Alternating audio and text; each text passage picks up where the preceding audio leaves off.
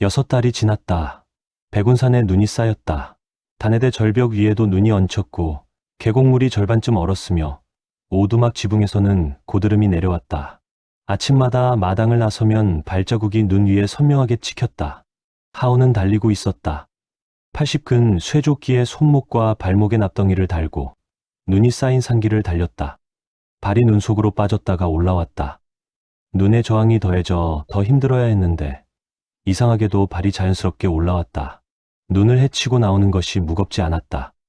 80근의 무게는 여전히 느껴졌지만 예전처럼 발이 땅에 달라붙는 것 같지는 않았다. 몸이 기억하고 있었다. 무게를 이겨내는 것이 아니라 무게와 함께 움직이는 법을. 10번 왕복을 마쳤다. 숨이 찼고 땀이 났지만 쓰러지지 않았다. 무릎이 꺾이지 않았고 두 손을 무릎에 짚지도 않고 그냥 섰다. 저코가 바위 위에서 내려와 하온의 등에 손바닥을 한번 가볍게 짚었다가 뗐다. 느껴지느냐? 무엇을 말씀하시는 겁니까? 네, 몸. 하온이 자신의 몸을 느껴보았다. 팔다리가 지쳐 있었지만 중심이 흔들리지 않았고 단전이 안정되어 있었다.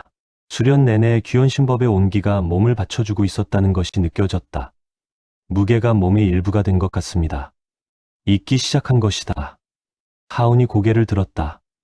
잊은 것은 아닙니다. 아직 느껴집니다.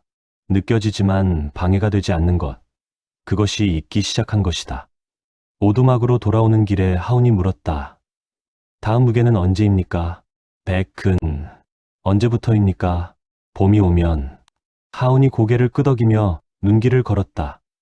100근, 80근과 20근 차이였다. 이제는 20근이 어떤 차이인지 몸으로 알았다. 처음 며칠은 또 쓰러질 것이었다. 그래도 괜찮았다. 쓰러지면 일어나면 되었다. 그것을 이제는 몸이 알고 있었다. 오두막에 돌아오니 문 앞에 사람이 서 있었다. 둘이었다. 청운문 복장으로 깨끗하고 단정한 차림이었다. 하나는 50대쯤 되어 보이는 중년 사내였고 다른 하나는 20 남짓의 젊은 사내였다. 중년 사내가 저코를 보고 가볍게 고개를 숙였다. 어르신 안녕하십니까? 저코가 앞으로 나왔다. 무슨 일이냐? 청운문에서 왔습니다. 문주님의 명으로 어르신을 찾아뵈었습니다. 오두막 안에서 저코가 식탁에 앉고 하온이 그 옆에 섰다. 중년 사내와 젊은 사내가 맞은편에 앉았고 하온이 물을 내왔다. 중년 사내가 물을 받으며 하온을 유심히 바라보았다. 이 아이가 어르신의 제자입니까? 그렇다. 혹시 이름이 하온이다. 중년 사내가 잠깐 무언가를 생각하는 것처럼 멈추었다가 시선을 저코에게 옮겼다. 단도직입적으로 말씀드리겠습니다. 청운문 문주님께서 이 아이를 청운문 내문으로 초청하고 싶다고 하셨습니다. 침묵이 흘렀다. 하온이 굳었다. 청운문. 그 이름이 다시 나왔다. 6달 전에 높은 담장과 이름이 끝내 불리지 않았던 발표 자리와 맨발로 돌아서야 했던 그날이 떠올랐다. 그리고 그날 밤 찾아왔던 자객 셋도. 중년 사내가 말을 이었다. 당시 선발시험에서 담당 심사관이 실수가 있었습니다. 이 아이의 이름이 명단에서 빠진 것은 착오였으며 문주님이 그것을 뒤늦게 알게 되셔서 이렇게 직접 사람을 보내셨습니다. 저코는 아무 말도 하지 않았다. 표정도 변하지 않았다. 청운문 내문에 입문하면 최고의 환경에서 수련할 수 있습니다. 무공뿐 아니라 학문과 예절도 익힐 수 있으며 청운문이 보장하는 자리입니다. 하온이 저코를 바라보았다. 저코의 눈이 미세하게 움직이며 중년 사내를, 젊은 사내를, 그리고 다시 중년 사내를 훑었다. 착오였다고. 예. 문주님께서 직접 확인하셨습니다. 그 착오 때문에 사람을 보내 아이를 없애려 한 것도 착오였느냐. 중년 사내의 얼굴이 굳었고 젊은 사내가 흠칫했다. 그것은 모른다는 것이냐? 아니면 알면서 모른다는 것이냐? 중년 사내가 입을 다물었다가 낮게 말했다. 그 일에 대해서는 드릴 말씀이 없습니다. 다만 문주님은 이 아이에게 직접 사과의 말씀을 전하겠다고 하셨습니다. 저코가 하온을 바라보았다. 아무 말도 하지 않았다. 결정은 내가 하라는 그 눈빛이었다. 하온이 중년 사내를 보았다. 청운문에 가면 무엇을 배웁니까? 청운권법부터 시작해서 단계별로 진행되며 재능에 따라 빠르게 올라갈 수 있단다. 지금 저는 무엇을 배우고 있는지 아십니까? 중년 사내가 하온의 몸을 보았다. 쇠조끼는 마당에 벗어두었지만 손목과 발목의 납덩이는 그대로였다. 수련을 하고 있다는 것은 알고 있다. 건법을 배우고 있지 않습니다. 몸을 만들고 있습니다. 그릇을 키우고 있습니다. 스승님이 그것이 먼저라고 하셨습니다. 중년 사내가 잠시 말이 없다가 대답했다. 청운문에서도 그런 수련을 할 수 있단다.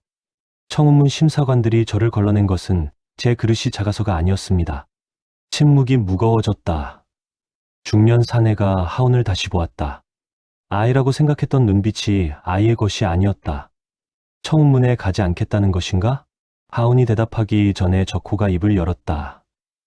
이 아이는 아직 내 가르침이 끝나지 않았다. 중년 사내가 적호를 보며 말했다. 어르신, 솔직하게 여쭙겠습니다.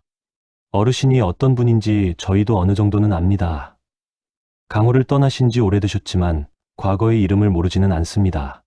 그러나 청운문이 줄 수 있는 것과 이 산속 오두막이 줄 수 있는 것은 다르지 않겠습니까? 적호가 대답하지 않았다. 청운문의 인맥, 강호에서의 위치, 동문들과의 유대, 이 아이가 세상에 나갔을 때 혼자가 아닌 것. 그것은 산속에서 줄 수 없는 것입니다. 하운이 그 말을 들었다. 틀린 말이 아니었다. 청운문의 이름, 동문, 인맥, 혼자가 아닌 것. 강호에서 그것들이 어떤 의미인지 하운은 아직 몰랐다. 강호에 나가본 적이 없었으니까. 그러나 눈을 감으면 떠오르는 것이 있었다.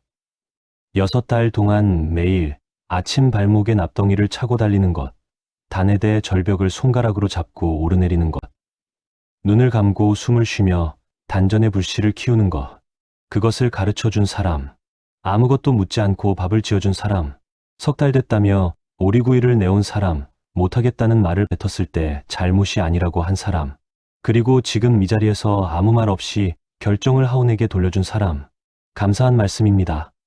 하운이 중년 사내를 보며 말했다. 하지만 저는 여기 남겠습니다. 중년 사내가 잠시 하운을 바라보다가 고개를 끄덕였다. 알겠습니다. 문주님께 전하겠습니다. 그가 일어서자 젊은 사내도 따라 일어섰다. 중년 사내가 적호에게 고개를 숙였다. 실례했습니다. 수고했다.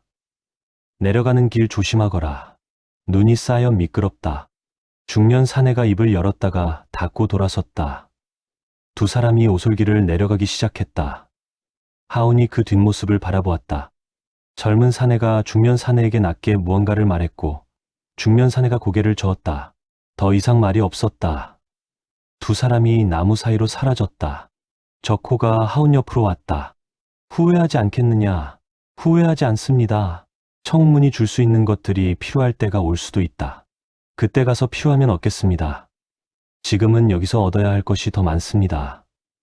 적호가 잠시 하운을 바라보다가 안으로 들어갔다. 하운은 그 자리에 서서 두 사람이 사라진 방향을 한동안 바라보았다. 그런데 뭔가 걸렸다. 중년 사내가 처음 하운의 이름을 들었을 때 잠깐 무언가를 생각하는 것처럼 멈추었던 것. 젊은 사내가 내려가면서 뭔가를 말하려다 제지당한 것. 그리고 6달 전 자객을 보낸 것이 착오라고 했던 것. 착오. 사람을 죽이러 보내는 것이 착오인가. 하운이 안으로 들어갔다. 적호가 화로 앞에 앉아 있었다. 스승님, 말해라. 청운문이 진짜로 저를 데려가고 싶었을까요? 적호가 화로에 나무를 하나 더 넣었다. 불꽃이 일었다. 왜 그런 생각이 드느냐? 착오라고 했습니다. 그런데 사람을 죽이러 보내는 것이 착오입니까? 착오가 아니지. 그럼 왜 왔겠습니까? 적호가 불꽃을 바라보며 말했다. 내가 어떻게 자랐는지 보러 온 것이다. 6달 전 자객이 실패했으니 어떤 고수가 이 산에 있는지 알아냈을 것이고 아이가 어떻게 자라는지 위협이 되는지 아닌지 확인하러 온 것이다. 그러면 오늘 온 것이 정보를 얻으러 온 것이다. 하운의 주먹이 쥐어졌다. 6달 전 청운문 담장을 올려다보며 느꼈던 그 납덩이 같은 감정이 다시 올라왔다. 그러나 이번에는 달랐다. 뜨겁게 끓어오르는 것이 아니라 차갑게 가라앉는 것이었다. 언제쯤 청운문과 마주하게 됩니까? 서두르지 마라. 서두르는 것이 아닙니다. 준비를 해야 하는지 묻는 겁니다. 적호가 하운을 바라보았다. 이미 하고 있다. 매일 아침 조끼를 입는 것이, 매일 밤 숨을 쉬는 것이, 그것이 다 준비다. 따로 준비할 것이 없다. 하운이 주먹을 펴고 숨을 내쉬었다. 화가 가라앉지는 않았지만 그 화 위에서 움직일 수 있었다. 그것으로 충분했다. 그날 저녁 남행현 중학에서 무영은 손에 들어온 쪽지를 읽었다. 쪽지에는 짧게 적혀 있었다. 청운문 사절 둘, 백운산 다녀왔음, 아이는 거절, 고수는 신원불명, 접근 어려움. 무영이 쪽지를 화로에 던졌다. 불꽃이 일었다가 재가 되었다. 그가 주겹청을 한 모금 마시며 창밖을 바라보았다. 눈이 내리고 있었다. 백운산 방향이었다. 거절했군. 혼잣말이었다. 입꼬리가 아주 조금 올라갔지만 웃음인지 알 수 없었다. 하지만 나쁘지 않은 표정이었다. 청운문 사절 둘이 백운산을 내려가고 있었다. 눈길이었다. 중년 사내가 앞장서고 젊은 사내가 뒤를 따랐는데 두 사람 모두 말이 없었다. 오솔길 중턱쯤 내려왔을 때였다. 젊은 사내가 낮게 말했다. 어떻게 생각하십니까? 무엇을? 그 아이 말입니다. 7살짜리 거지 아이가 6달 만에 저렇게 될 수 있습니까? 중년 사내가 걸음을 멈추지 않은 채 말했다. 7살이라. 예, 7살이었습니다. 그런데 그 아이 눈빛은 말하지 마라. 젊은 사내가 입을 다물었다. 중년 사내가 느리게 말을 이었다. 문주님께 그대로 전하면 된다. 아이는 거절했으며 고수의 정체는 확인하지 못했다. 그것으로 끝이다. 그것으로 끝이 아니지 않습니까? 중년 사내가 걸음을 멈추고 뒤를 돌아보았다. 젊은 사내를 똑바로 보았다. 내가 지금 무슨 말을 하려는지 알지만 하지 마라. 젊은 사내가 시선을 내렸다. 예. 두 사람이 다시 걸음을 걷기 시작했다. 눈이 발 아래에서 바스러지는 소리를 내며 중년 사내가 혼잣말처럼 작게 중얼거렸다. 저 아이가 무사히 자랄 수 있을지 모르겠군. 젊은 사내가 들었는지 못 들었는지 대답하지 않았다. 눈길을 내려가는 두 사람의 발자국이 하얀 눈 위에 선명하게 찍혔다가 천천히 내리는 눈에 덮였다. 산 중턱 커다란 바위 뒤에 사람이 있었다. 두 사람이 지나갈 때 바위 뒤에 붙어 숨소리도 기척도 없이 있었고 두 사람이 완전히 멀어지고 나서야 바위 뒤에서 무영이 나왔다. 그는 두 사람의 뒷모습을 잠시 바라보았다. 중년 사내를 알아보았다. 청운문 내부 집사, 문주의 신복, 겉으로는 예를 갖추지만 속으로는 칼을 품는 자. 6달 전 자객을 보낸 것도 이 자의 결정이었다. 무영이 등에서 낡은 보자기를 내렸다. 안에서 칼을 꺼내 검은 칼집에서 한 치를 뺐다가 다시 밀어 넣었다. 그리고 보자기에 묶었다. 아직 때가 아니었다.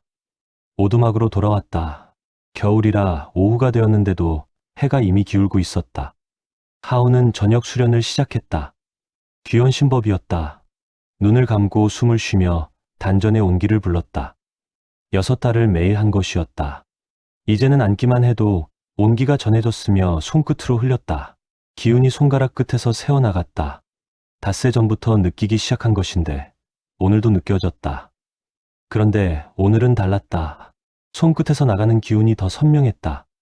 단순히 느껴지는 것이 아니라 보이려는 것 같았다.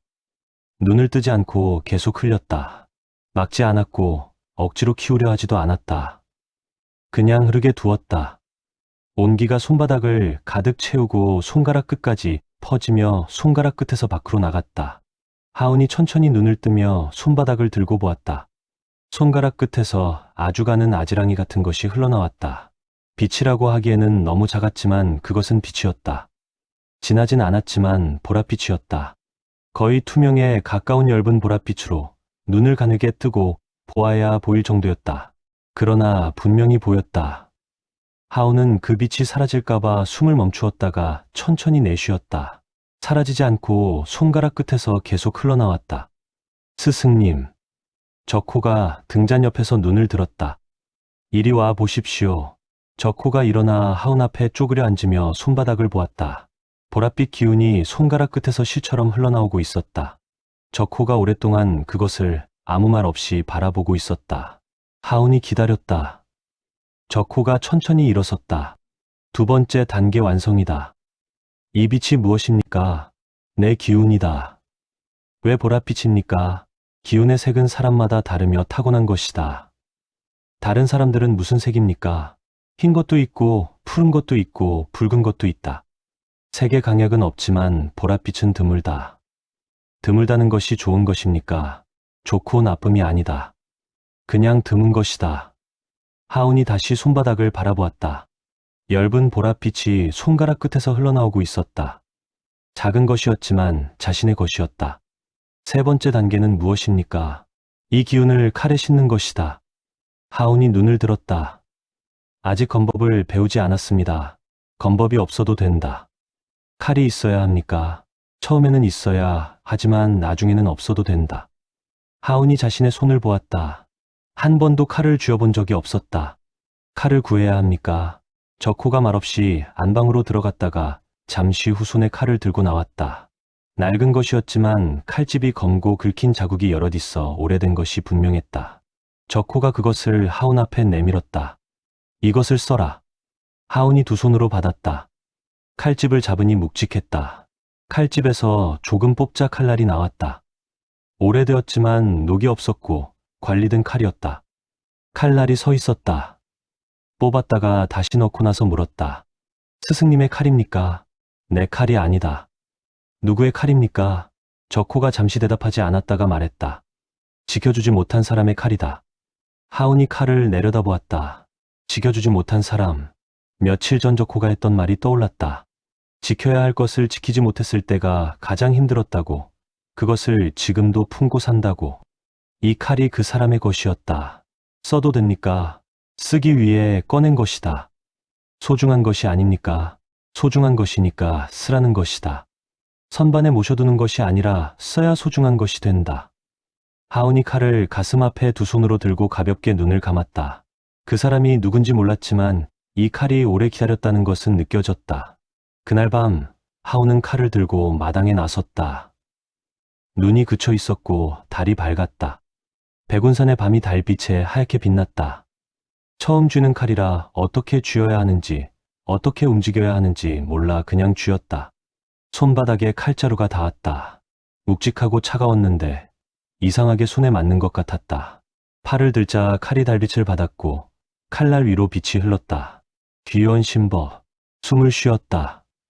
단전의 온기를 불러 어깨로, 팔로, 손바닥으로, 손가락으로, 그리고 손가락에서 칼자루로 흘렸다.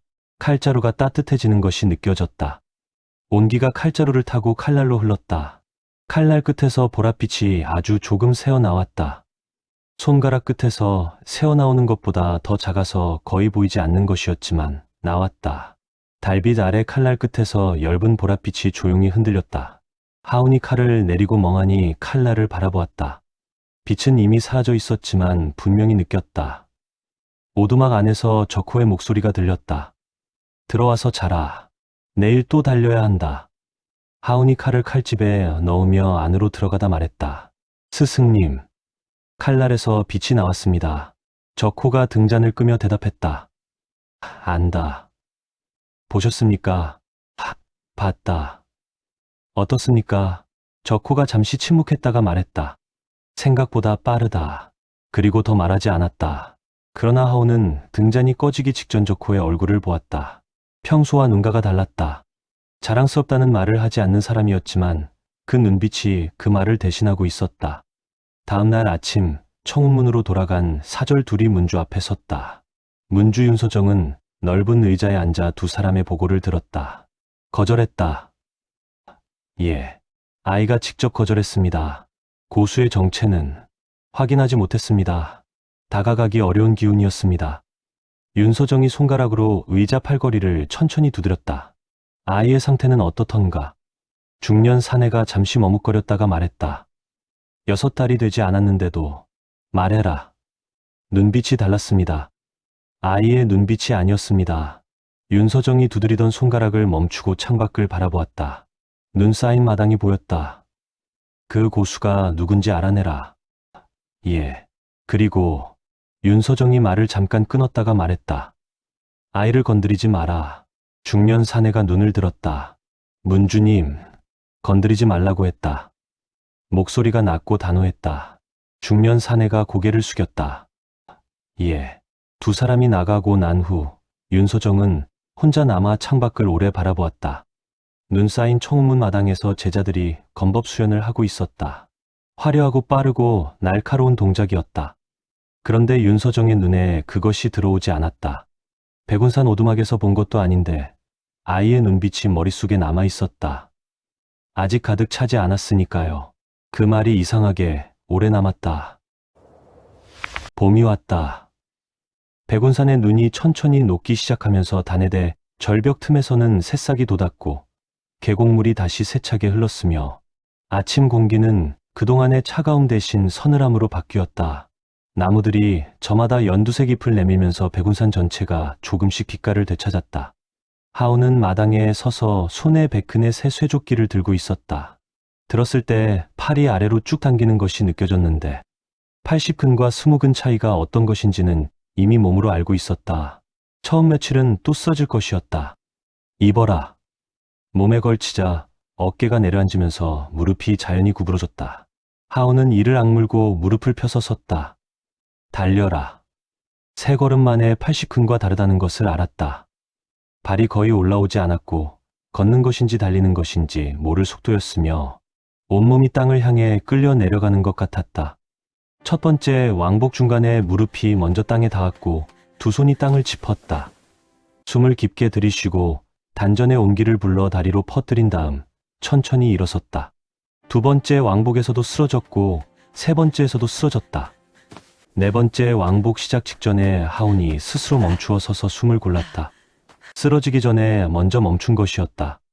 귀연신법으로 배로 천천히 숨을 쉬자 단전의 온기가 온몸으로 퍼지면서 다리가 조금씩 돌아오는 것이 느껴졌다. 네 번째 왕복을 쓰러지지 않고 끝까지 마쳤다. 적호가 지켜보면서도 아무 말도 하지 않았다. 하운이 여섯 번째 왕복을 마치고 돌아왔을 때에야 적호가 입을 열었다. 오늘은 여기까지. 하운이 고개를 들었다. 10번 다 해야 합니다. 몸이 새 무게를 받아들이는데 시간이 필요하다. 오늘은 6번이면 충분히 됐다. 하운이 잠시 머뭇거리다가 고개를 끄덕이고 조끼 끈을 풀었다.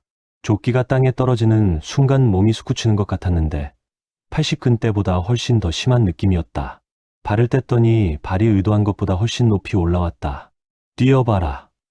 발이 땅에 닿는 것이 깃털보다 가벼웠고 두 발짝을 뛰었는데도 몸이 앞으로 너무 쏠려서 스스로 멈추어야 했다.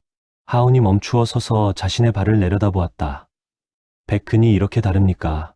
무게가 클수록 내려놓았을 때의 차이도 그만큼 크다. 그럼 100근 다음은 120근이다.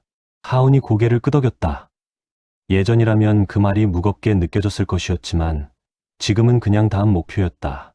그날 오후 적호가 하운을 마당으로 불렀는데 손에 낡은 칼이 들려 있었다. 하운이 쓰는 바로 그 칼이었다. 받아라.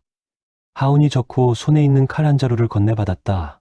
처음으로 칼 쥐는 법을 가르쳐 주겠다. 지금 쥐고 있는 것을 보여라. 하운이 쥔 것을 보여주자 적호가 눈을 가늘게 떴다. 힘을 너무 준다. 칼자루를 쥐는 것이 아니라 잡고 있는 것이다. 차이가 있습니까? 크지.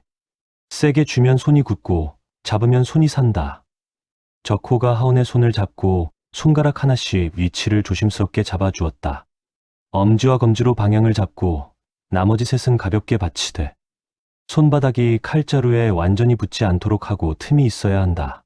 하운이 그대로 해보니 헐거운 것 같은 느낌이 들었다. 빠지지 않습니까? 빠지지 않는다. 직접 해봐라. 팔을 들어 흔들었다. 헐거운 것 같았지만 칼은 빠지지 않았고 오히려 손이 자연스럽게 풀리는 것이 느껴졌다. 이상하게 손이 편합니다. 그것이다. 칼은 손의 연장이어서 손이 긴장하면 칼도 긴장하고 손이 살아야 칼이 살아난다. 이제 서는 법이다. 적호가 뒤로 물러서며 말했다. 발을 어깨에 너비로 벌리고 오른발을 반걸음 앞으로 내어라. 칼을 앞으로 내밀되 팔꿈치를 조금 굽혀. 그 자세에서 귀원신법으로 숨을 쉬어라. 하운이 숨을 쉬자 단전의 온기가 오자 그것을 자연스럽게 칼자루로 흘렸다. 칼날이 미세하게 떨렸는데 그것은 단순한 떨림이 아니었다. 살아있는 것 같은 진동이었다. 느껴지느냐? 예, 칼이 살아있는 것 같습니다. 그것이다. 기운이 칼에 들어간 것이다. 적호가 팔짱을 끼고 하운을 바라보다가 말했다. 지금 내가 배우고 있는 것은 청운검법도 아니고 어떤 문파의 검법도 아니다. 그럼 무엇입니까? 아직 이름이 없다. 나중에 내가 직접 지어라. 하운이 칼을 내리며 물었다. 제가 짓는다고요. 무공은 배우는 것이 아니라 만드는 것이다. 내가 가르치는 것은 바탕이고 그 바탕 위에 내가 무엇을 올리느냐는 온전히 내 것이다. 해가 기울기 시작하면서 두 사람은 오두막 마당에 마주섰다. 적호가 칼을 뽑고 하운도 뽑았다. 따라해라. 천천히. 적호가 팔을 들어 칼을 위로 올렸는데 아주 느리고 조용한 동작이었다. 하운은 그 모습을 보고 내렸다가 옆으로 움직였다. 빠르지도 화려하지도 않은 단순한 세 가지 동작이었는데 적호의 칼날 주위 공기가 눈에 보일 듯 말 듯 미세하게 달라지는 것이 느껴졌다. 기운을 칼에 실은 채로 움직이는 것이다. 초식이 아니라 기운이 먼저이고 움직임은 그 다음이다. 한 시즌 동안 올리고 내리고 옆으로 움직이는 세 가지 동작만 반복했다. 단순했지만 기운을 실은 채로 하는 것은 전혀 다른 일이었다. 세 번째 동작을 반복하던 중에 하운의 칼날 끝에서 보랏빛이 흘렀다. 지난밤보다 선명했고 달빛이 아닌 오후 햇빛 아래에서도 보일 정도였다. 적호가 멈추었다가 말했다. 멈추지 마라. 계속해. 하운은 계속 옆으로 올리고 내리고 보랏빛이 끊기지 않고 흘렀다. 수련이 끝나고 저녁으로 소면에 오리구이를 먹었다. 하운이 오리구이를 집으며 물었다. 스승님, 제 기운이 보랏빛인 이유가 뭡니까? 저번에 물어봤다. 그때는 드물다고 하셨습니다. 왜 드문지 묻는 겁니다.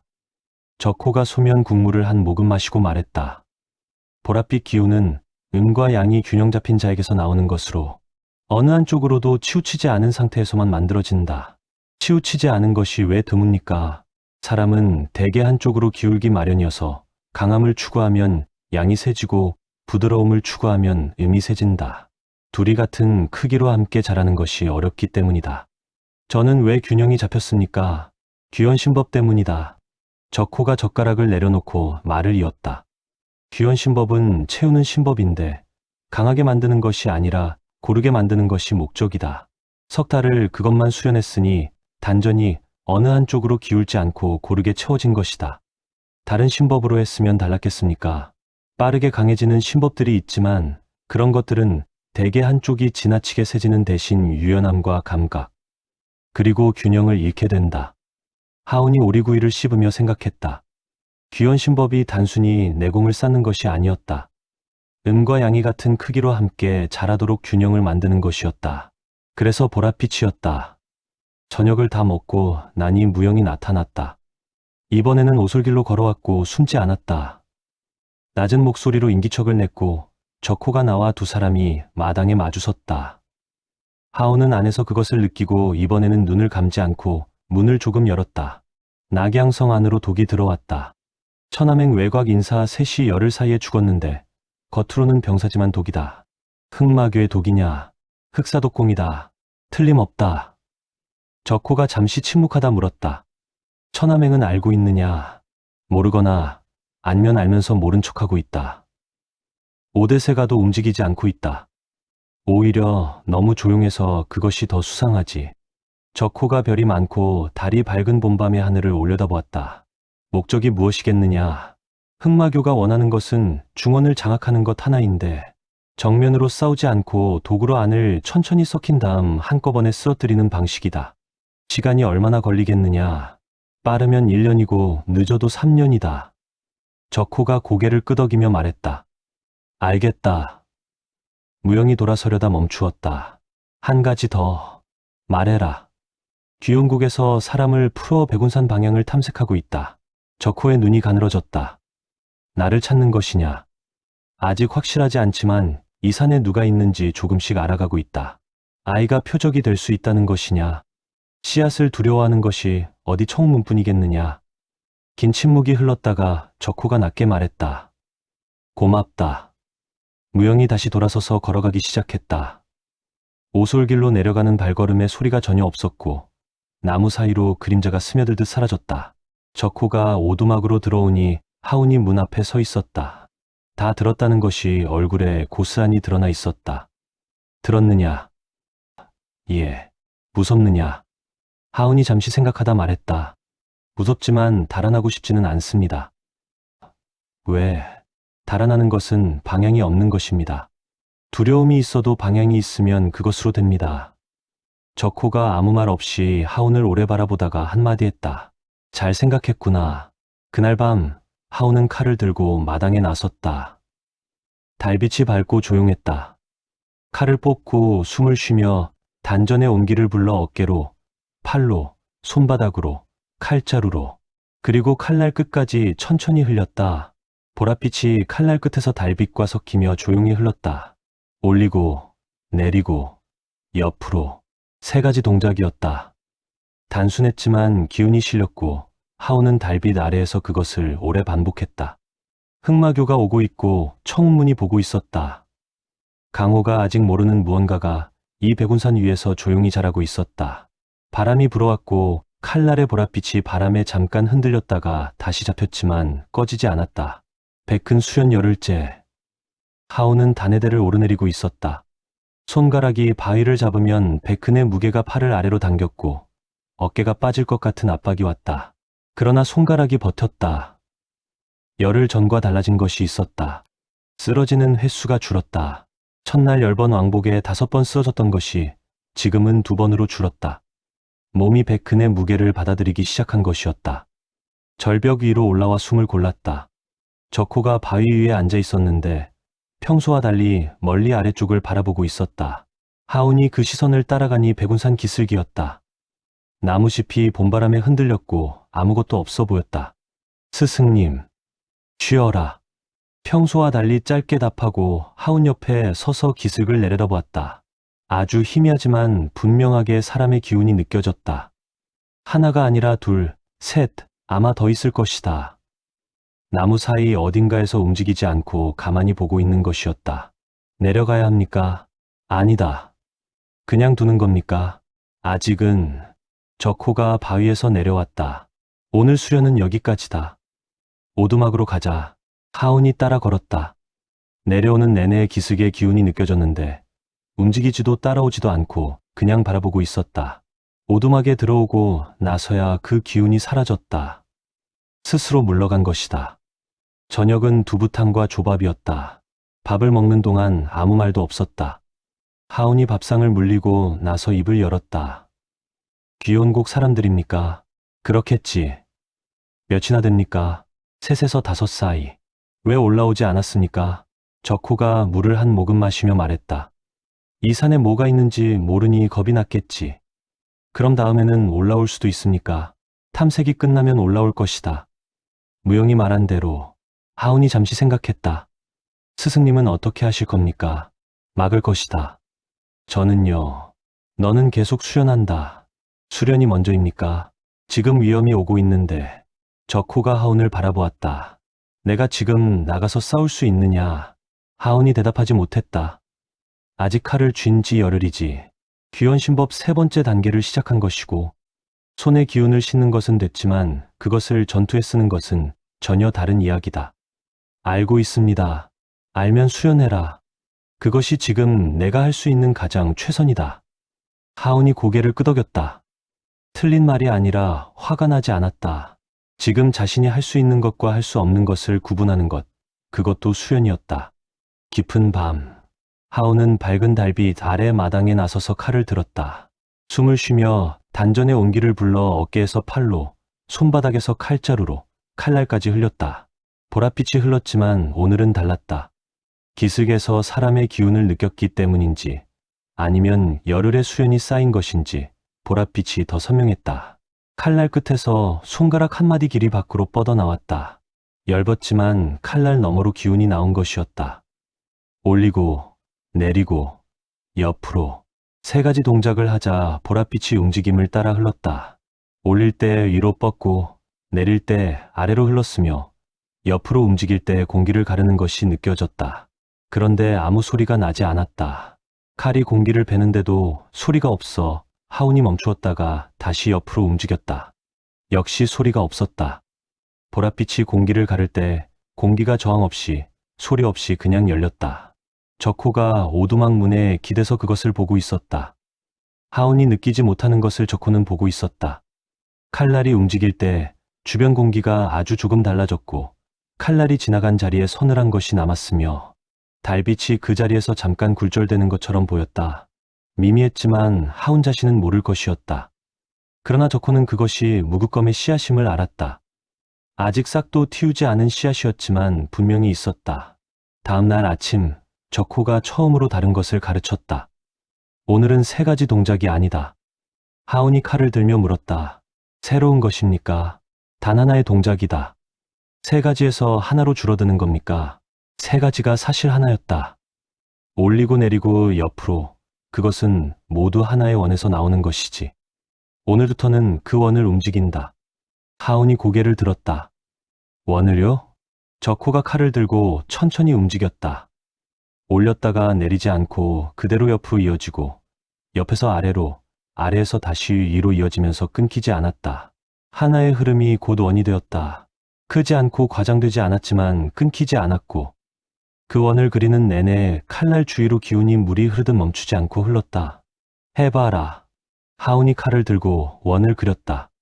처음에는 어색해서 올리다가 내려가는 지점에서 끊겼다.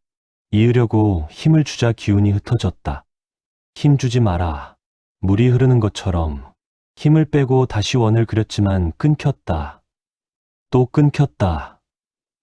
10번, 20번, 30번을 반복했다. 35번째 처음으로 끊기지 않았다. 원이 이어지면서 기운이 칼날을 따라 멈추지 않고 흘렀다. 됐다. 저코가 멈추라는 손짓을 했다. 하운이 멈추자 숨이 약간 찼다. 이것이 무굣검의 기본이다. 하운이 굳었다. 무굣검이라고 하셨습니까? 그렇다. 스승님의 무공입니까? 아니다. 이름만 있고 내용은 없다. 저코가 칼을 칼집에 넣으며 말했다. 오래전에 그 이름을 본 적이 있다. 강호에 전해지는 이름이지만 누가 만들었는지 어떤 무공인지는 전해지지 않고 이름만 남아있다. 그럼 이원 동작이 무굣검입니까? 아니다. 이원 동작은 내가 만든 것이지만 무굣검이 무엇인지는 내가 만들어야 한다. 하운이 칼을 내려다보았다. 이름만 있는 무공, 내용은 없는 것, 그것을 자신이 채운다는 것이었다. 어떻게 만듭니까? 수련하면 된다. 기운이 쌓이면 몸이 먼저 알고 몸이 알면 손이 움직이며 손이 움직이면 그것이 초식이 된다. 시간이 얼마나 걸립니까? 모른다. 짐작이라도 내 기운이 지금보다 10배가 되면 몸이 알기 시작할 것이다. 10배. 하운이 단전을 느꼈다. 지금 단전의 온기가 2뼘 크기였다. 그것이 10배가 되려면 얼마나 걸리는 것인가. 그날 오후 하운이 마당에서 달리던 산길에서 단해대 앞에서 원 동작을 반복했다. 걸으면서도 손에 칼을 들고 원을 그렸다. 처음에는 끊겼지만 반복할수록 이어지는 횟수가 늘었다. 그때 기슭에서 기운이 다시 느껴졌다. 어제보다 더 가까웠고 수를 세어보니 내 수로 어제보다 하나가 늘었고 위치도 더 위쪽이었다. 올라오고 있는 것이다. 저코가 이미 알고 있는 듯 오두막 문에서 나왔다. 안에 있어라. 스승님 혼자서 괜찮습니까? 내 정도는 혼자서도 된다. 제가 도울 수 있습니다. 아직 안 된다고 했다. 하지만 하운. 평소 눈빛과 다른 모습으로 저코가 하운을 똑바로 보며 말했다. 안에 있어라. 하운이 안으로 들어가 문을 닫자마자 문틈에 눈을 댔다. 저코가 마당 한가운데 맨손으로 섰다. 오솔길 쪽에서 기운이 올라왔고 내 개의 기운이 나무 사이에서 모습을 드러냈다. 검은 옷에 얼굴을 가리고 손에 칼을 든 모습이었는데 청운문 자객과 달랐다. 움직임이 더 낮고 더 조용했으며 서로 간격을 유지하며 퍼지는 방식이 훈련된 것이었다. 흑마교 사람들이었다. 선두에 있던 자가 말했다. 노인, 비켜라. 우리가 원하는 것은 아니다. 저코가 대답하지 않았다. 비키면 건드리지 않는다. 어디서 왔느냐? 알 것 없다. 귀연곡 사람이냐? 잠시 침묵이 흘렀다가 선두에 있던 자가 말했다. 노인이 어떻게 그것을 아느냐? 도끼가 베어 있어서 감추려 해도 감춰지지 않는다. 선두에 있던 자가 손짓하자 넷이 동시에 움직였다. 하운이 문틈으로 보았다. 넷이 사방에서 달려들었는데 빠르고 칼이 날카로웠으며 간격이 없는 공격이었다. 저코는 움직이지 않다가 첫 번째 있던 자가 칼을 내리치는 순간 반걸음을 비켰다. 반걸음 그것뿐이었다. 칼이 허공을 베었고 두 번째 있던 자가 옆에서 찔러오자 덕호가 손을 들어 손바닥으로 칼날을 옆으로 밀었다. 힘이 아니라 단지 방향을 바꾼 것이었다. 칼이 옆으로 흘렀다. 세 번째 있던 자가 뒤에서 왔다. 덕호가 뒤를 보지 않고 발을 옆으로 한 발 움직였다. 세 번째 있던 자의 칼이 두 번째 있던 자의 등을 향하게 되었고 두 번째 있던 자가 급히 칼을 거두면서 균형이 흩어졌다. 그 순간 덕호의 손바닥이 세 번째 있던 자의 어깨를 가볍게 짚었다. 가볍게 짚은 것 같았는데 세 번째 있던 자가 소리도 없이 그대로 날아가 나무 기둥에 등이 박히며 기절했다. 네 번째 있던 자가 뒤로 물러섰고 선두에 있던 자도 물러섰다. 두 번째 있던 자가 칼을 고쳐 잡았다. 셋이 남았지만 셋 모두 멈추어 움직이지 않았다. 덕호는 여전히 맨손으로 숨도 고르지 않고 서 있었다. 선두에 있던 자가 낮게 말했다. 당신 누구냐? 덕호가 대답하지 않았다. 이 산에 이런 고수가 있다는 말은 없었다. 없을 만하지. 나온 적이 없으니까. 이름을 말해라. 이름이 필요하냐? 선두에 있던 자가 손에서 칼을 거두며 말했다. 오늘은 물러가겠다. 다음에 오지 마라. 그것은 내가 결정하는 것이 아니다. 그럼 누가 결정하느냐? 선두에 있던 자가 대답하지 않고 기절한 동료를 끌어일으켜 넷이 물러갔다. 나무 사이로 사라졌다. 덕호가 오두막으로 들어왔다. 하운이 문 앞에 서 있었다. 보았느냐? 예. 느낀 것이 있느냐? 하운이 잠시 생각하다 말했다. 스승님이 힘을 쓰지 않으셨습니다. 힘을 안 쓴 것이 아니다. 힘의 방향을 바꾸셨습니다. 치는 것이 아니라 흘리셨습니다. 덕호가 하운을 보았다. 맞다. 오늘 배운 원 동작과 같은 이치입니까? 덕호가 잠시 침묵하다 고개를 끄덕였다. 같은 이치다. 하운이 자신의 손을 내려다보았다. 손에 칼 없이 맨손으로 원을 그려보았다. 기운이 손바닥을 따라 흐르면서 보랏빛이 손끝에서 흘러나왔지만 멈추지 않았다. 올리고 옆으로 내리고 다시 위로. 끊기지 않고 맨손으로 원을 그리는 것이 칼을 들고 하는 것보다 더 자유롭고 더 부드러웠다. 덕호가 그것을 보다가 낮게 말했다. 칼이 없어도 된다. 하운이 멈추었다. 칼 없이도 됩니까? 칼은 기운을 담는 그릇이다. 그러나 그릇이 없어도 기운이 있으면 같은 것이다. 하운이 손바닥을 들고 기운을 불렀다. 손끝에서 보랏빛이 흐르고 있었다. 보랏빛이 손가락 한 마디, 두 마디, 세 마디 밖으로 뻗었다가 사라졌다. 하운이 약한 보랏빛 기운을 바라보며 뻗었다. 덕호가 말했다. 그것이 나중에 강해지면 예. 칼이 필요 없다. 하운이 손바닥을 내려다보았다. 아직 먼 이야기였지만 방향이 보였다. 이 방향으로 가면 된다는 것을. 그날 밤 귀원곡으로 물러갈 자가 어둠 속에서 흑마교주 앞에 무릎을 꿇었다. 봤느냐? 예. 단 한 번의 손바닥으로 셋 중 하나를 날렸습니다. 칼을 쓰지 않았습니다. 기운은 보이지 않았습니다. 아무것도 없는 것처럼 움직였습니다. 흑마교주가 눈을 감았다가 물었다. 아이는 보지 못했습니다. 오두막 안에 있었습니다. 아이의 기운은 느꼈느냐? 집행관이 잠시 머뭇거리다 말했다. 느꼈습니다. 어떻던가? 작았지만 아직 약했습니다. 그러나 색이 있었습니다. 흑마교주의 눈이 떠졌다. 색이라.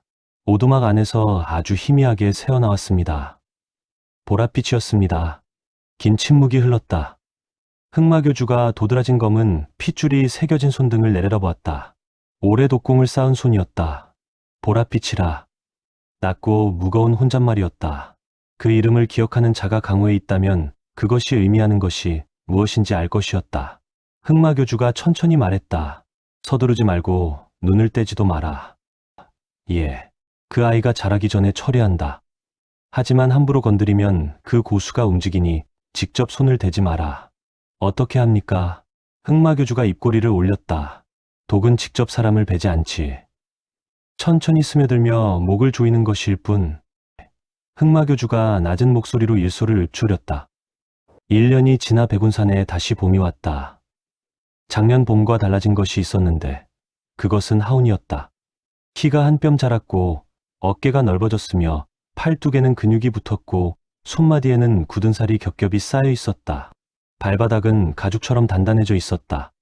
그러나 겉모습보다 더 크게 달라진 것은 눈빛이었다. 1년 전 청문 담장 앞에서 이름이 불리지 않던 그날의 눈빛이 아니었다. 그때는 날카로웠으나 겁을 모르는 눈이었고 세상을 향해 버티는 눈이었다. 지금은 달라져 있었다. 조용했고 깊은 곳에 무언가를 담고 있는 눈이었는데 넘치지도 않고 흔들리지도 않는 그런 눈이었다. 하운이 쇠조끼를 입으면서 아침 수련을 시작했다. 120근으로 한 달 전부터 시작한 것이었다. 100근이 몸에 완전히 익은 날이 언제인지는 알 수 없었지만 어느 날 문득 단해대를 10번 왕복하고 돌아왔을 때 쓰러지지 않았고 멈추지도 않았다. 그날 저녁 적호가 말없이 쇠조끼를 꺼내 놓았는데 120근이었다. 처음 걸쳤을 때 무릎이 꺾였던 것이 당연했다. 지금은 그때와 달라져 있었다. 열흘이 지나자 5번 왕복이 됐고 20날이 지나자 7번이 됐다. 지금은 9번까지는 쓰러지지 않고 달릴 수 있었다. 10번째가 아직 남아 있었지만 달리기를 마치고 돌아왔을 때 적호가 오두막 마당에 서 있었다. 오늘은 산을 내려간다. 하운이 걸음을 멈추었다. 어디를 갑니까? 낙양성. 1년 만에 처음 들어보는 말이라 하운이 적호를 바라보았다. 수련이 있지 않습니까? 오늘은 없다. 왜 낙양성입니까? 세상을 봐야 할 때가 됐다. 책 속에서 강을 공부하는 것과 강물에 발을 담그는 것은 다르다. 하운이 잠시 적호를 보다가 더 묻지 않았다. 하운이 납덩이를 풀고 쇠조끼도 벗었다. 몸이 가벼워졌는데 너무 가벼웠다. 마당을 한 걸음 걸었는데 발이 너무 높이 올라왔고 뛰듯이 걸렸다. 한 달을 120근을 달고 움직인 몸이 자기 무게를 잊어버린 것이었다. 잠시 서서 단전의 온기를 불러 몸을 천천히 적응시켰다. 적호가 낡은 도포를 걸치는 동안 하운도 갈아입고 오두막을 나섰다. 백운산 오솔길을 내려가면서 하운이 물었다. 낙양성에서 무엇을 봅니까? 정해진 것이 없이 보이는 것을 봐라. 그게 수련입니까? 그렇다.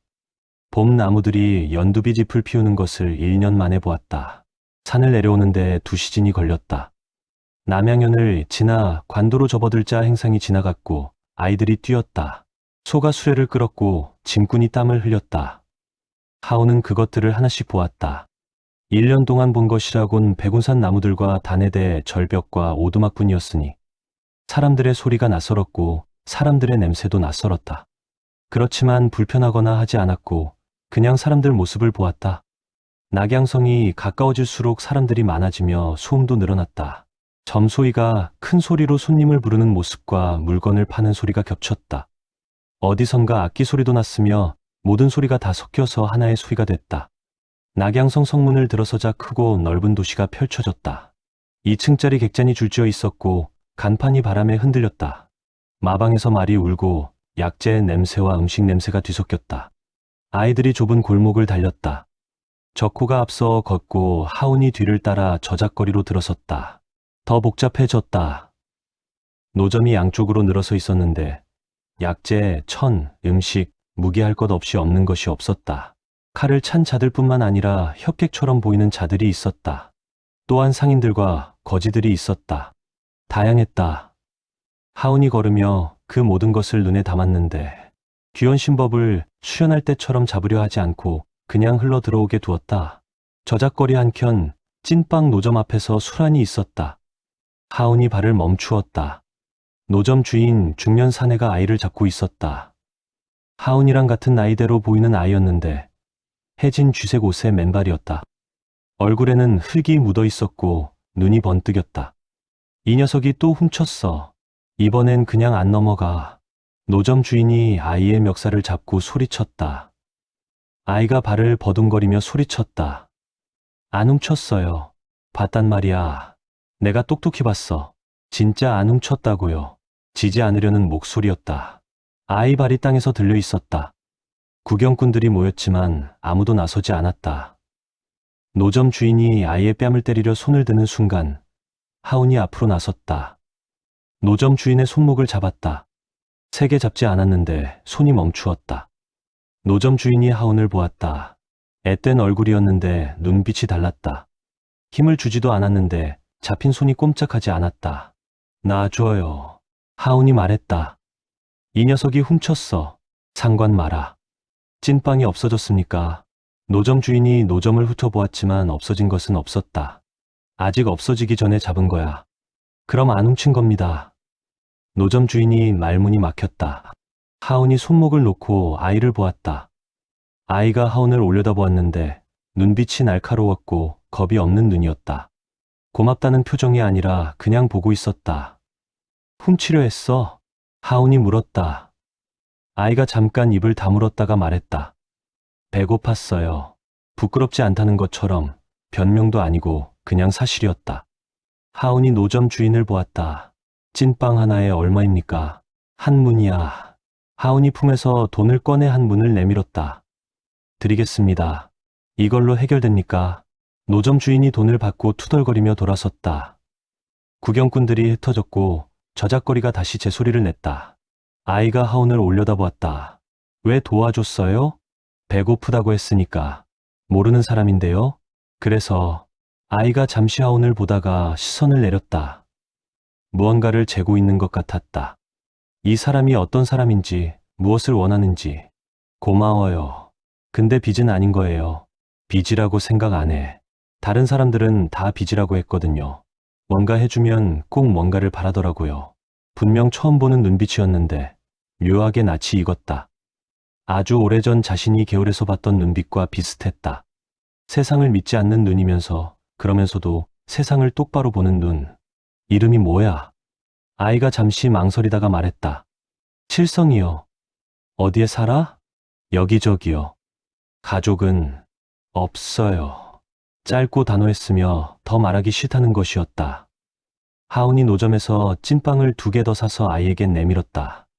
먹어. 칠성이 찐빵을 바라보다가 받지 않았다. 조건이 있어요? 없어. 진짜요? 진짜야. 짧은 웃어움이었지만 칠성이 먼저 시선을 내리고 찐빵을 받았다. 하나를 바로 입에 넣고 크게 베어 물었다. 볼이 불룩해졌다.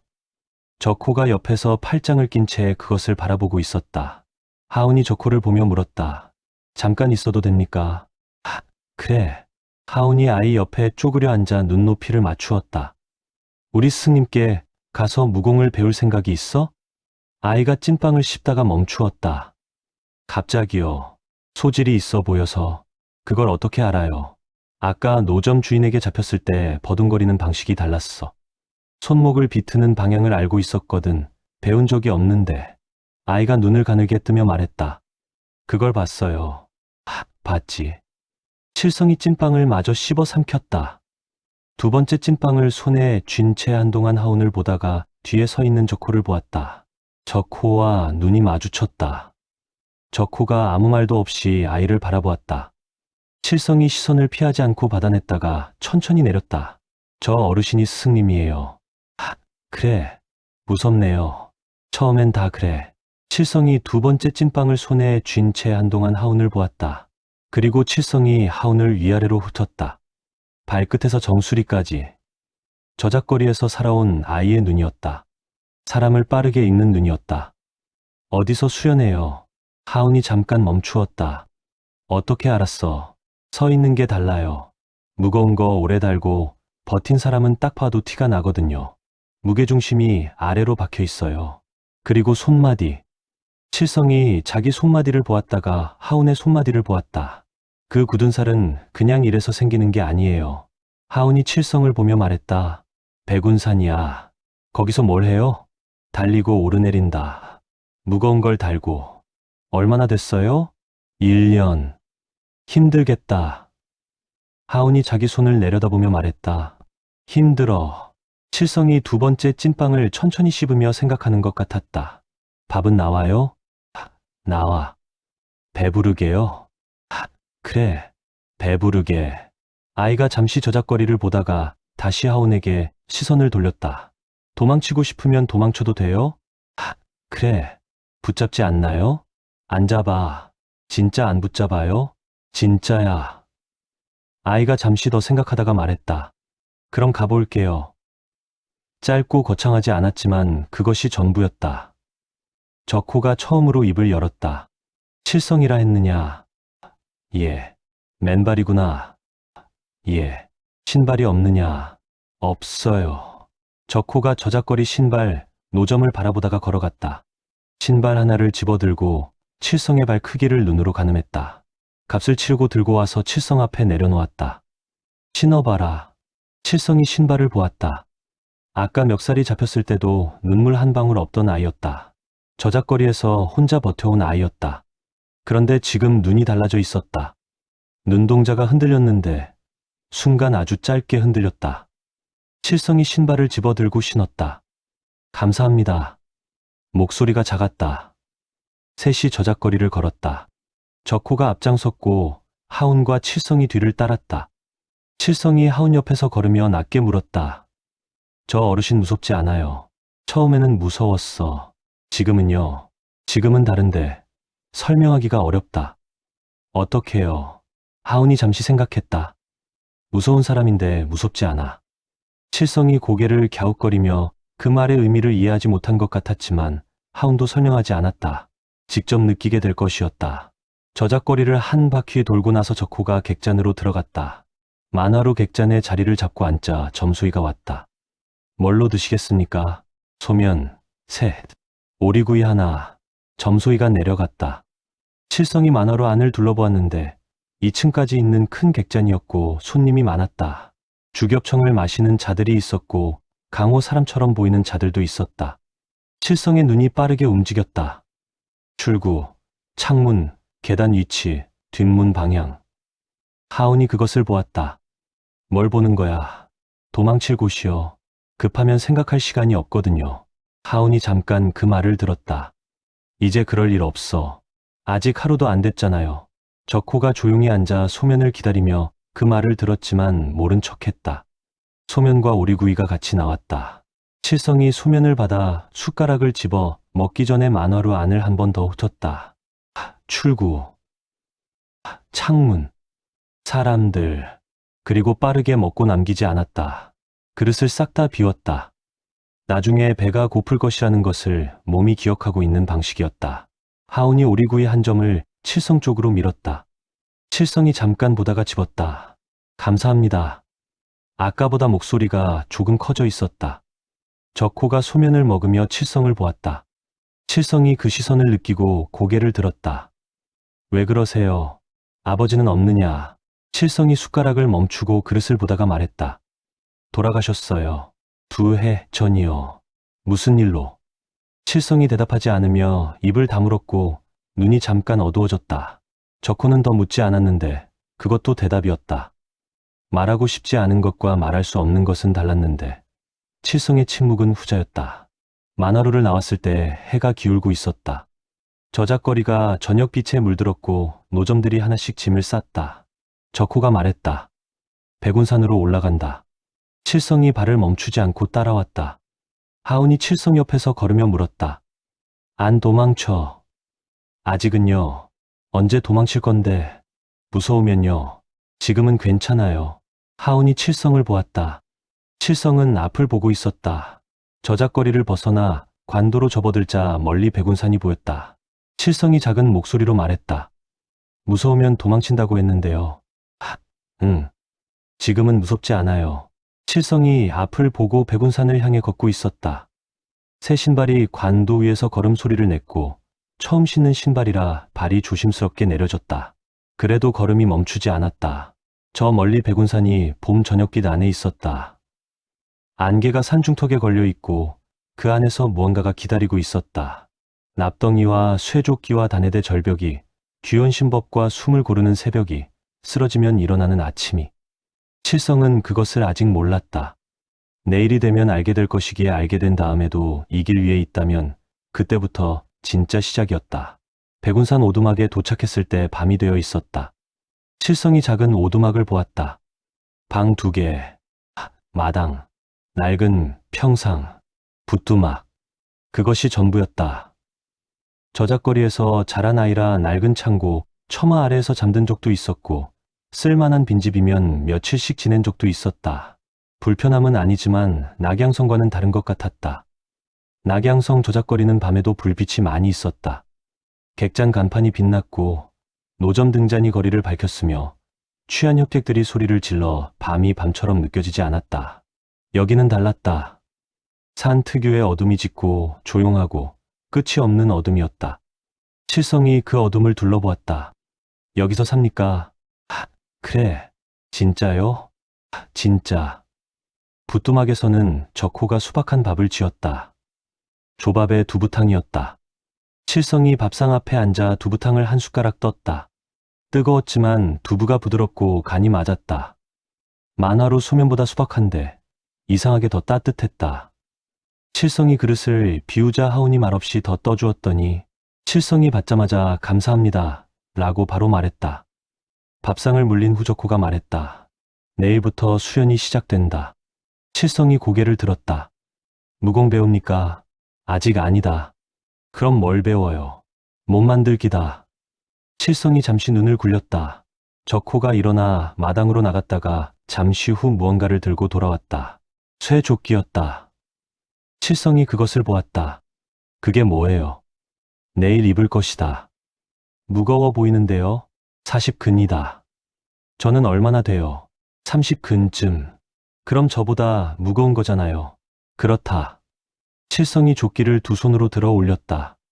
팔이 아래로 쏠렸다. 이걸 입고 뭘 해요? 달리고 절벽을 오르내린다. 절벽이요. 단해대다. 내일 보게 될 게다. 칠성이 조끼를 내려놓고 하운을 보았다. 당신도 이걸 했어요. 했어. 지금도 해요. 지금은 120근이다. 칠성이 눈을 크게 떴다. 120근이요. 하운이 고개를 끄덕였다. 칠성이 하운의 팔뚝을 보았다. 그리고 자신의 팔뚝을 보았다. 비교가 됐다. 얼마나 하면 그렇게 돼요? 1년 됐다. 칠성이 잠시 생각하다가 더 묻지 않았다. 잠자리가 배정됐다. 방 하나에 하운과 칠성이 함께 쓰게 됐다. 집 더미 위에 얇은 이불이 2개 있었다. 칠성이 이불을 보고 아무 말 없이 그냥 누워 천장을 보았다. 하운도 어두운 방에 같이 누웠다. 밖에서는 산바람 소리, 나뭇가지가 흔들리는 소리, 계곡물 소리, 낙양성에서는 들을 수 없는 소리들이었다. 칠성이 낮게 말했다. 조용하네요. 처음에는 이상할 거야. 낙양성은 밤에도 시끄러웠어요. 그게 오히려 편했는데 여기도 익숙해질 거야. 얼마나 걸려요? 나는 일주일쯤. 칠성이 더 말하지 않고 눈을 감았다. 하운이 눈을 감고 귀원신법을 시작했다. 숨을 쉬면 단전의 온기가 왔다. 그 순간 칠성의 숨소리가 규칙적으로 바뀌었다. 잠이 든 것이다. 너무 빠르게 잠들었다. 거리에서 살아온 아이라 언제 어디서든 잘 수 있는 몸이 됐을 것이다. 하운이 귀원신법을 계속하며 생각했다. 1년 전 자신이 이 오두막에 처음 왔던 날, 적호가 밥을 지어주며 아무것도 묻지 않았고 그것이 어떤 느낌이었는지 지금 칠성도 같은 느낌이었을 것이었다. 새벽 2시쯤이었다. 하운이 인기척에 눈을 떴다. 칠성이 일어나고 있었다. 조용히, 아주 조용히. 그러나 하운의 귀는 이제 달랐다. 1년 동안 귀원신법으로 감각이 예민해졌다. 바람 소리 하나도 그냥 지나치지 않는 귀였다. 칠성이 이불을 걷고 보침 같은 것을 집어들었다. 낙양성에서 올라올 때 품에 안고 있던 작은 보따리였다. 가진 것의 전부인 것 같았다. 발소리 없이 문 쪽으로 걷기 시작했다. 어디가? 칠성이 흠칫 놀라 돌아보았다. 하운이 일어나 앉아 있었고 눈이 어둠에 익어 서로의 얼굴이 보였다. 칠성이 보따리를 가슴에 안았다. 화장실이요. 화장실은 이쪽이야. 반대 방향이었다. 칠성이 입을 다물었다. 침묵이 흐르고 하운이 일어나 문을 열고 마당으로 나갔다. 나와봐라. 칠성이 잠시 망설이다가 따라 나왔다. 밝은 달 아래 둘이 마당에 서서 서로를 보았다. 도망치려 했어? 칠성이 대답하지 않았다. 아까 도망치고 싶으면 도망쳐도 된다고 했어. 그랬죠. 붙잡으려는 것이 아니야. 이유가 궁금해서. 칠성이 보따리를 내려다보았다. 잠시 말이 없었다가 낮게 말했다. 무서워서가 아니에요. 그럼. 너무 좋아서요. 하운이 말이 없었다. 밥이 따뜻했어요. 이불이 있었어요. 신발도 생겼어요. 이런 게 오래 계속되면. 칠성이 말을 끊었지만 하운은 기다렸다. 잃기 싫어지거든요. 그게 더 무서워요. 하운이 칠성을 바라보았다. 10살 아이였지만 그 말에는 10살이 없었다. 오래 혼자였던 사람의 말이었다. 가진 것이 없으면 잃을 것도 없다. 그래서 갖지 않으려는 것이다. 하운이 마당 평상에 앉았다. 앉아봐. 칠성이 옆에 앉고 둘이 나란히 백운산의 밤을 바라보았다. 달빛이 나무 사이로 흘렀다. 나도 처음에는 그랬어. 칠성이 하운을 보았다. 이 오두막에 처음 왔을 때 밥을 먹고 이불을 덮고 뭔가 좋은 것이 생기면 두려웠었지. 언제 사라질지 모르니까.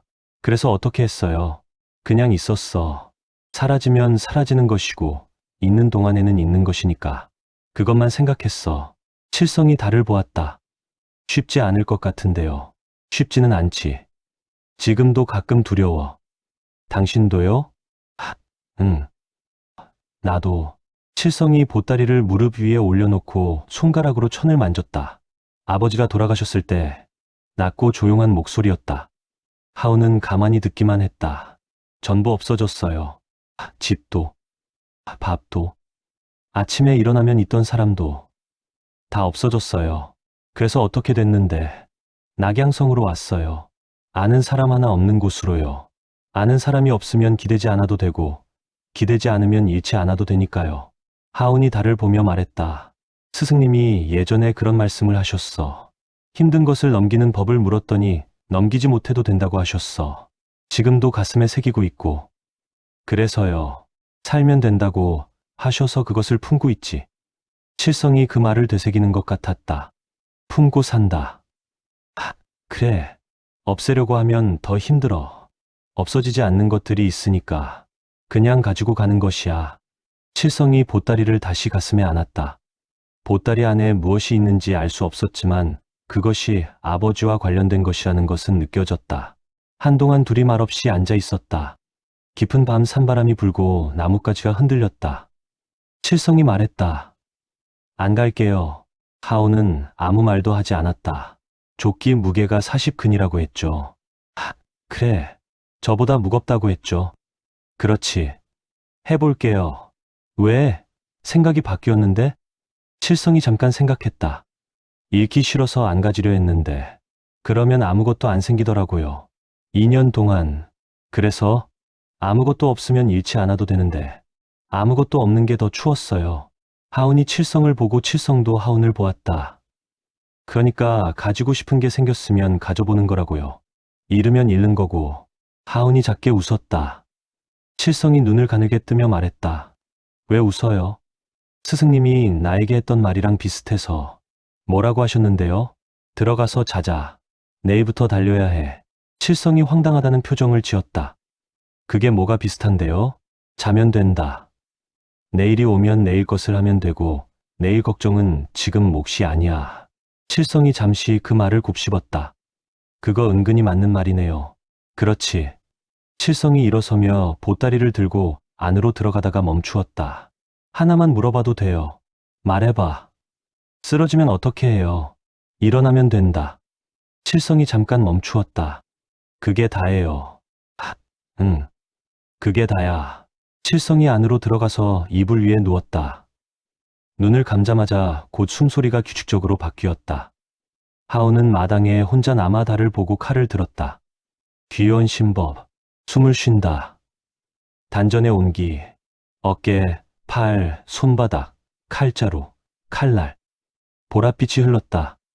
원을 그리며 올리고 옆으로 내리고 다시 위로. 끊기지 않게 달빛 아래 보랏빛이 원을 따라 조용히 흘렀다. 공기가 갈라지는 소리도 없이 서늘한 것이 그 자리에 남았다. 오두막 안방에서 적호가 문틈으로 그것을 보고 있었다. 하운의 원이 지난달보다 달랐다. 더 크지도 더 빠르지도 않았지만 달랐다. 자연스러워진 거다. 수련하는 것이 아니라 그냥 그런 것처럼, 숨을 쉬는 것처럼, 걷는 것처럼 원이 몸의 일부가 되어가고 있었다. 적호가 눈을 감자 오래된 기억이 스쳤다. 지켜주지 못한 사람, 그 사람도 이렇게 달빛 아래 원을 그렸다.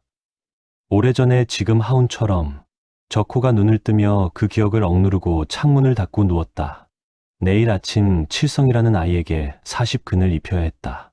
버틸지 못 버틸지 아직 몰랐지만 오늘 밤 마당에서 하운과 나눈 말을 창문 너머로 들었다. 아무것도 없는 게 더 추웠다고. 그 말을 덕호는 오래 기억할 것 같았다. 백운산의 밤이 깊어졌다. 달이 산 너머로 기울자 하운이 칼을 칼집에 넣고 안으로 들어왔다. 이불을 덮고 눈을 감았다. 내일부터 칠성이 40근 조끼를 입을 것이다. 분명 쓰러지지만 일어날 것이다. 또 쓰러지고 또 일어날 것이다. 그것이 시작이었다. 자신이 1년 전에 그랬던 것처럼, 그리고 그것이 지금 이 보랏빛의 시작이었던 것처럼. 칠성의 빛이 어떤 색이 될지는 몰랐지만 분명히 빛이 있을 것이었다. 눈이 감기고 잠이 왔다. 아침 안개가 백운산을 덮고 있었다. 적호가 마당 한가운데 서 있었다. 발 아래 흙이 있고 하늘이 열려 있었으며 안개가 그 사이를 조용히 흘렀다. 적호는 두 손을 등 뒤로 모은 채 서 있었는데 숨소리가 들리지 않았다. 그러나 그 등이 꼿꼿했고 발이 땅에 깊이 박혀 있었다. 적호가 오두막을 향해 말했다. 나와라. 오두막 문이 열리고 하운이 나왔다. 하운은 이미 깨어 있었다. 어제 저녁 적호가 짧게 내일 아침이라고 말했는데 설명이 없어도 알았다. 오늘이 어떤 날인지. 하운이 마당으로 나와 적호 앞에 섰을 때 적호가 다시 말했다. 칠성아. 오두막 안쪽에서 움직이는 소리가 나며 문이 열렸다. 칠성이 눈이 아직 다 깨어있지 않은 상태로 나오고 있었다. 낯선 산속 오두막의 첫 밤이었다. 칠성이 마당으로 나와 하운 옆에 섰다. 아침 안개가 흐르는 풍경 속에 둘이 나란히 적호 앞에 섰다. 바람이 없는 아침이었는데도 안개는 자기만의 방향으로 천천히 움직였다. 적호가 말했다. 칠성아. 예. 무릎을 꿇어라. 칠성은 잠시 주춤거렸다. 무릎을 꿇는다는 행위가 무엇을 의미하는지 이미 알고 있는 듯 보였다. 낙양성 저작거리에서 살아온 아이였고 그 거리에서 누군가 앞에 무릎을 꿇는다는 것은 자신을 상대에게 내어주는 것이었다. 한번 내어주면 돌아오지 않는 것들이기에 그것을 알기 때문에 2년 동안 아무에게도 무릎을 꿇지 않았다. 그러나 어젯밤 마당 평상에서 하운과 나눈 말이 있었다. 아무것도 없는 게 더 추웠다고 가지고 싶은 게 생겼으면 가져보는 거라고. 그 말의 끝에서 여기까지 온 것이었다. 칠성이 천천히 무릎을 꿇었다. 무릎에 차가운 흙의 감촉이 닿았다. 두 손을 앞에 모으고 고개를 숙이며 숨을 한 번 내쉬었는데 그 숨이 아주 조금 떨렸다. 적호가 내려다보았다. 고개를 들어라. 칠성이 흔들리지 않는 눈빛으로 고개를 들었다. 밤새 생각을 다 한 눈이었다. 적호가 물었다. 이름이 무엇이냐? 칠성입니다. 어디서 왔느냐? 낙양성입니다. 무엇을 원하느냐? 칠성이 잠깐 멈추었다. 짧은 침묵이었지만 대답을 고르는 침묵이었다. 배우고 싶습니다. 지금 당장 무엇을 배우고 싶은지 정확히 알지는 못하지만 이 산에서 배울 수 있는 것이라면 다 배우고 싶습니다. 적호가 오래 칠성을 바라보았다. 안개가 흐르고 계곡물 소리가 들렸으며 산새 한 마리가 나무 위에서 다시 울었다가 날아갔다. 그 소리들이 지나가고 나서 마당이 다시 조용해졌을 때 적호가 입을 열었다. 오늘부터 너는 내 제자다. 그 말이 마당에 울렸다. 거창하지도 않았고 울림도 없었다. 그러나 그 말에는 내려앉는 무게가 있었다. 칠성의 눈이 아주 잠깐 흔들렸다. 참으려고 했는지 금방 다시 잡혔다. 그러나 하운은 보았다. 저작거리에서 혼자 2년을 버텨온 아이의 눈이 흔들렸다가 다시 잡히는 그 찰나를 놓치지 않았다. 칠성이 깊이 절을 올렸다. 이마가 흙에 닿았다. 봄 흙에 차갑고 눅눅한 냄새가 났다. 감사합니다. 스승님. 스승님이라는 말이 칠성의 입에서 나오는 것이 처음이었다. 낮고 조심스러운 목소리였는데 그러면서도 단단했다. 그 낯섦과 단단함이 함께 있는 목소리였다. 적호가 아무 말 없이 칠성이 일어서는 것을 기다렸다.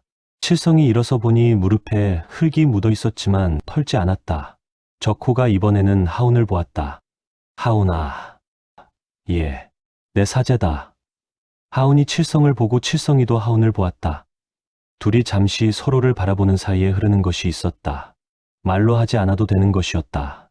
어제 저작거리에서의 첫 만남이 있었고 찐빵을 건네던 장면이 있었으며 새벽에 도망치려다 돌아선 칠성의 뒷모습이 있었다.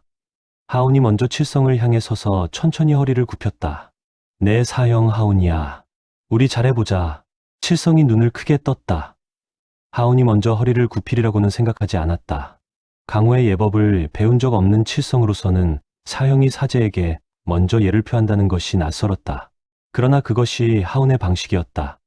사형이기 때문에 먼저 받는 것이 아니라 사형이기 때문에 먼저 내어주는 것이었다. 칠성이 황급히 예를 갖췄다. 사제 칠성입니다.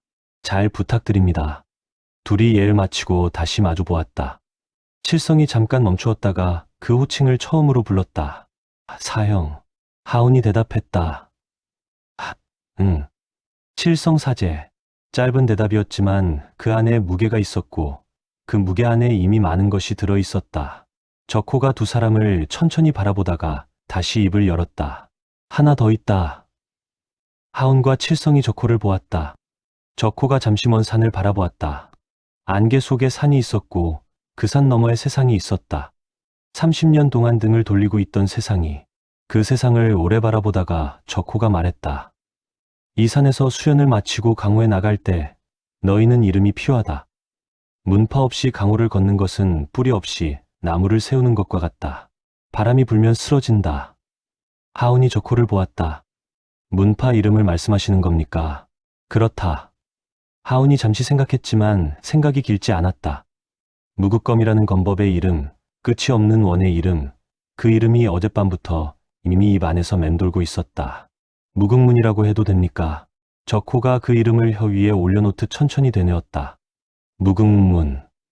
적호의 눈빛이 먼 곳을 보는 것 같았는데 그 먼 곳이 산 너머가 아니라 아주 오래전에 어딘가인 것처럼 느껴졌다. 하온은 그 침묵이 무엇인지 알 수 없었지만 기다렸다. 적호가 말했다. 좋다. 짧았지만 그 짧은 말에 무게가 있었다. 하온이 고개를 숙였다. 감사합니다. 칠성이 두 사람을 번갈아 보다가 물었다. 무극문이 뭐예요? 우리 문파다. 우리요. 그래. 사제. 칠성이 그 말을 새겼다. 우리. 문파. 자신이 거기 포함된다는 것이었다. 어제까지는 낙양성 저작거리 불황하였고 이름을 아는 사람이 어디에도 없었으며 가진 것이라고는 아버지의 낡은 칼집 하나와 해진 옷 한 벌이 전부였다. 그런 자신이 오늘 아침 제자가 됐고 사형이 생겼으며 문파의 이름이 생겼다. 칠성이 무릎에 묻은 흙을 내려다보았지만 털지 않았다. 적호가 두 사람을 보며 말했다. 무극문은 이름만 있고 아직 내용이 없다. 내용을 채우는 것이 너희 몫이다. 그러나 지금은 내용을 채울 때가 아니다. 지금은 내용을 만드는 시간이다. 얼마나 걸립니까? 적호가 하온을 보았다. 오랜 시간 충분히. 그것이 전부였다. 얼마라는 숫자가 없었지만 하온은 그 대답이 마음에 들었다. 충분이라는 말은 반드시 끝이 온다는 말이기도 했다. 적호가 뒤로 돌아섰다.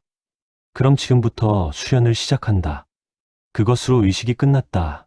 거창하지도 화려하지도 않았으며 증인도 없었다. 술도 없었고 하늘에 고하는 말도 없었다.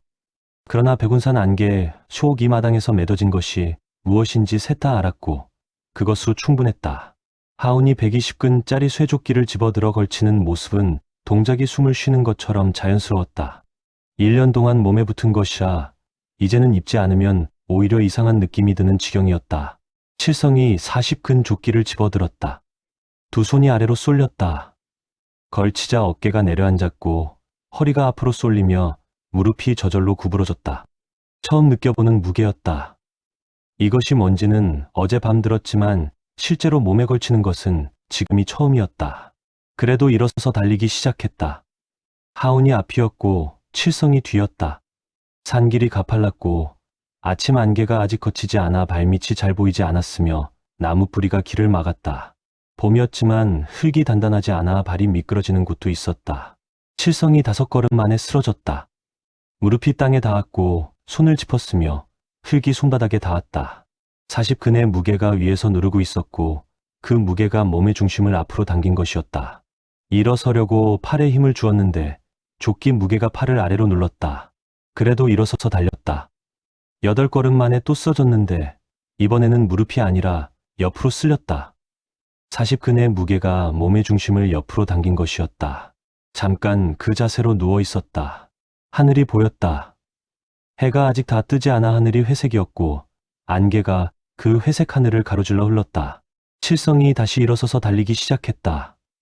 하온이 칠성 옆으로 돌아와 속도를 낮추어 함께 달리기 시작했다. 120 근을 달고 칠성과 같은 속도로 보조를 맞추며 달렸다. 칠성이 달리면서 옆을 보았는데 하온의 얼굴에 힘든 기색이 없었다.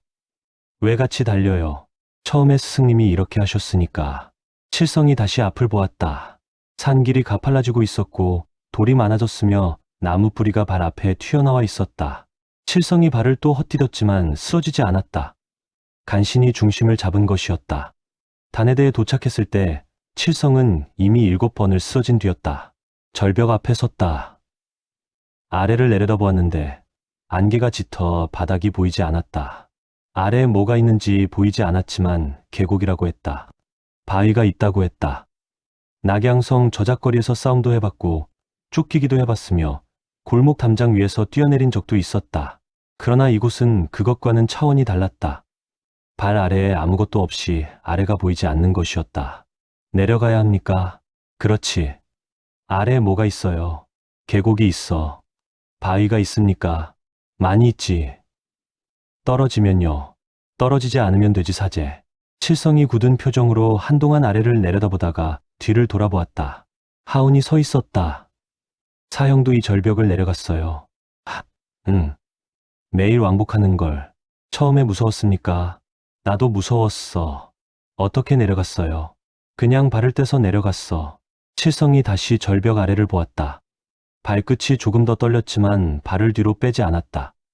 어젯밤 마당 평상에서 했던 말이 떠올랐다. 잃기 싫어서 안 가지려 했는데 아무것도 없는 게 더 추웠다고. 가지고 싶은 게 생겼으면 가져보는 거라고. 절벽이 무서운 것은 아래가 보이지 않기 때문이었다. 그러나 낙양성 저작거리의 아침도 매번 그날이 어떻게 될지 보이지 않았다. 보이지 않는 것이 무서운 것이 아니었다. 보이지 않는데도 발을 떼지 않는 것이 무서운 것이었다. 칠성이 결심을 한 듯 발을 뗐다. 손가락이 바위를 잡고 내려가기 시작했다. 한 뼘, 두 뼘. 40근의 무게가 팔을 당겼고 어깨뼈가 빠질 것 같았다. 세 뼘, 네 뼘. 발이 디딤돌을 찾아 옮겼다.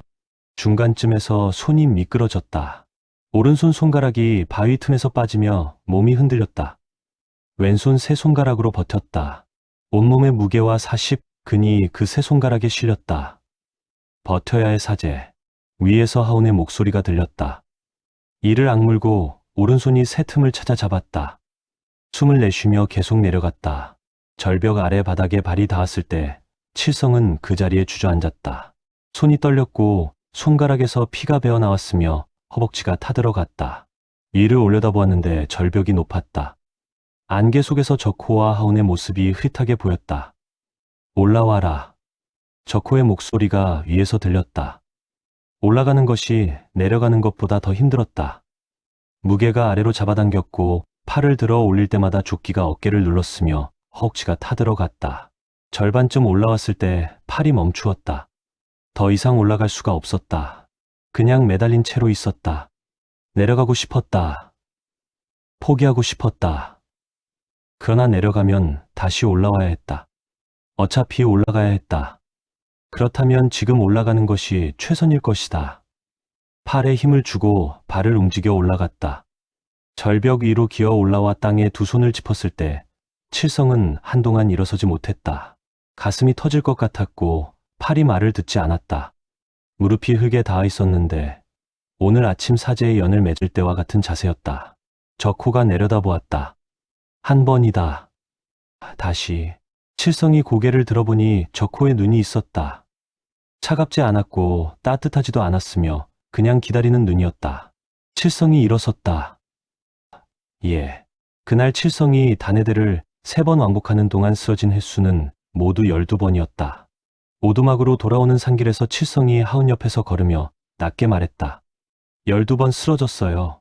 그걸 세고 있었어, 사제? 저도 모르게 세고 있었어요. 하온이 칠성을 보았다. 나도 첫날은 12번이었어. 칠성이 하온을 보았다가 다시 앞을 보았다. 봄 산길을 내려가고 있었고 안개가 이제 거의 걷혀 소나무 사이로 햇빛이 조금씩 들어오고 있었다. 내일은 11번으로 줄일 거예요. 하온이 아무 말도 하지 않았다. 그러나 입 안에서 무언가 뜨거운 것이 올라오는 것을 느꼈다. 저녁은 두부탕과 조밥이었고 칠성이 두 그릇을 비웠다. 손가락이 쑤셨지만 젓가락을 놓지 않았다. 하온이 말없이 더 떠주었고 칠성이 감사합니다. 말을 하기도 전에 이미 입에 넣고 있었다. 밥상을 물리고 나서 적호가 말했다. 오늘 사제의 연을 맺었다. 두 사람이 적호를 보았다. 강호에서 등을 보인다는 것이 무엇인지 아느냐. 뒤를 맡긴다는 것이다. 눈이 닿지 않는 곳을 맡기는 것이다. 강호에서 그것은 목숨을 맡기는 것과 같다. 그것이 얼마나 어려운 것인지는 나가보면 안다. 그러니 알기 전에 먼저 여기서 익혀야 한다. 매일 함께 달리고 함께 쓰러지고 함께 일어나면서 이 산에서 서로의 등을 완전히 외운 뒤에 강으로 나가야 한다. 칠성이 적호를 보다가 하온을 보았다. 하온이 고개를 끄덕였다. 그날 밤 칠성은 이불을 덮고 누워 눈을 감았다. 온몸이 욱신거리고 손가락이 쑤셨으며 허벅지가 굳어 있었다. 그러나 그것들이 잠을 막지 못했다. 낙양성에서 2년 동안 긴장이 풀리지 않아 얕게 자던 것과 달랐다. 무거웠고 아팠지만 긴장감 없이 빠르게 수마에 빠졌다. 그것이 어디서 오는 것인지는 아직 알 수 없었지만 분명히 있었다. 하온이 마당으로 나섰다. 달이 높고 별이 맑았다. 칼을 들고 귀원신법 숨을 들이쉬면 단전의 온기가 왔고 내쉬면 그 온기가 손끝으로 퍼졌다. 보랏빛이 손끝에서 칼끝으로 흘렀다. 칼로 원을 그리기 시작했는데 올리고 옆으로 내리고 다시 위로 끊기지 않게 달빛 아래 조용히 이어졌다. 그런데 오늘은 무언가 달랐다. 원 안쪽의 공기가 달랐다. 원을 그리는 동안 원 안쪽과 바깥쪽의 경계가 느껴졌는데 손을 원 안쪽으로 뻗으면 저항이 있었다. 아주 옅었지만 분명히 있었다. 기운이 공간을 만들고 있었다. 원이 선이 아니라 면이었고 그 면이 안과 밖을 나누고 있었다. 하온이 잠시 멈추고 원 안쪽에 손을 천천히 넣었다. 공기가 달랐다. 바깥의 공기보다 조밀했다. 기운이 쌓인 것이었다. 오두막 문이 열렸다. 적호가 나왔다. 하온의 원을 바라보다가 마당으로 걸어왔다. 원 가까이에 서서 손을 뻗었다. 원의 경계에서 손끝이 무언가에 닿는 것 같았다. 아주 옅었지만 있었다. 적호가 손을 거두었다. 무극이 무엇이냐? 끝이 없는 것입니다. 끝이 없는 원이 닫히면 어떻게 되느냐? 하온이 말했다. 안과 밖이 생깁니다. 그렇다. 원이 닫히는 순간 원 안은 원 밖과 다른 것이 된다. 원 안에 있는 것은 원 안의 법칙을 따르고 원 밖에 있는 것은 원 밖의 법칙을 따른다. 그 법칙을 만드는 것이 내 기운이다. 내 기운이 원 안을 가득 채우는 날, 그 안은 완전히 내 것이 된다. 그 안에 들어온 것은 내 법칙 안에서 움직이게 된다. 하온이 그 말을 듣고 원을 다시 그렸다. 끊기지 않는 원, 시작도 끝도 없는 원. 그 안에 공간이 생겼다. 아직 작은 공간이었지만 자신의 것이었다. 이것이 무극문의 검이니까. 적호가 하온을 보았다. 무극문의 검이기 전에 무극의 이치다. 강함이 아니라 공간이다. 상대를 이기는 것이 아니라 상대가 내 공간 안으로 들어오게 하는 것이다. 원 안에 들어온 것은 더 이상 원 밖의 법칙으로 움직이지 못한다. 적호가 안으로 들어가려다 멈추었다. 오늘 칠성이 쓰러진 횟수를 세었다. 들었습니다. 가르치지 않았는데 스스로 세었다. 줄이기 위해서. 그것이 저 아이의 방식이다. 내가 귀원신법으로 감각을 쌓는 것처럼 저 아이는 숫자로 자신을 읽는다. 방법이 다를 뿐 방향이 같다. 그래서 사형제입니까? 적호가 잠시 침묵했다가 말했다. 그래서 무극문이다. 적호가 안으로 들어갔다. 하온이 마당에 혼자 남았다. 달이 높았고 별이 맑았으며 백운산의 봄밤이 조용하게 깔려 있었다. 하온이 다시 원을 그렸다. 오늘의 원은 어제의 원과 달랐고 내일의 원은 오늘의 원과 또 다를 것이었다. 그 시간이 얼마인지 적호는 말하지 않았다. 충분이라고만 했다. 오두막 안에서 칠성의 숨소리가 들렸다. 깊이 잠든 숨소리였다. 사제가 된 날 밤이었고 무극문이 생긴 날 밤이었다. 보랏빛이 원을 따라 조용히 흘렀다. 다음 날 새벽, 칠성이 눈을 떴을 때 오두막 안이 아직 어두웠다. 창호지 너머로 새벽빛이 번지고 있었는데 해가 뜨기 전에 그 희뿌연 빛이었다. 몸을 일으키려고 했는데 팔에 힘을 주는 순간 어깨에서 소리가 났다. 뚝 하는 소리였다. 이어서 허벅지가 타들어갔고 손가락이 구부러지지 않았다. 칠성이 그 자리에서 잠시 멈추었다. 어제 일이 순서대로 떠올랐다. 사제의 연, 무궁문, 단해대, 12번, 손가락의 피, 적호가 내려다보던 눈.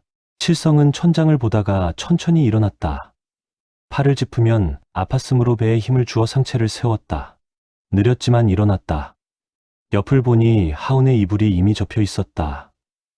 마당으로 나가자 하운이 원을 그리고 있었다. 보랏빛이 손끝에서 칼끝으로 흘렀다. 원을 따라 조용히 이어지는 빛이다. 어제 밤에도 봤던 것이었는데 새벽빛 아래서 보니 색이 달랐다. 더 선명했으며 어둠이 걷히는 시간에만 보이는 색이었다. 칠성이 마당 끝에 서서 그것을 보았다. 하운이 눈을 감고 있었다. 원을 그리는 동안 발이 움직이지 않았고 어깨가 흔들리지 않았으며 숨소리가 들리지 않았다. 살아있는 사람이 저럴 수 있다는 것이 이상했다. 낙양성 저작거리에서는 저런 사람을 본 적이 없었다. 다 보았어? 사제? 눈을 감은 채로 하운이 말했다. 칠성이 멈추었다. 눈 감고 어떻게 알아요? 느껴져. 뭐가요? 기운이 바뀌는 게 느껴져. 칠성이 그 말을 듣고 자신이 마당에 들어선 순간 하운이 그것을 느꼈다는 것이었다. 눈을 감고도 알 수 있다는 것이었다. 나도 그렇게 할 수 있어요. 귀원신법을 익히면. 그게 뭔데요? 어제부터 들었는데. 하운이 원을 멈추고 보랏빛이 사라지며 눈을 떴다. 앉아봐. 둘이 마당 평상에 앉았다. 날씨가 서늘했으며 안개가 아직 계곡 쪽에 낮게 깔려 있었다. 귀원신법은 기운을 단전으로 모으는 것이야. 흩어진 것을 하나로 돌리는 것. 귀는 돌아온다는 뜻이고 원은 근본이라는 뜻이지. 몸 안의 기운이 근본으로 돌아오면 그 기운이 쌓이고 쌓인 기운이 깊어지면 원을 만들 수 있어. 그 원이 무극검이에요. 그렇지. 칠성이 손을 내려다보았는데 손가락이 아직 구부러지지 않았다. 어제 절벽에서 매달렸던 손가락이었다. 사형은 언제부터 했어요? 스승님께 처음 배웠어. 이 산에 온 뒤로 얼마나 됐어요? 1년이 조금 넘은 것 같아.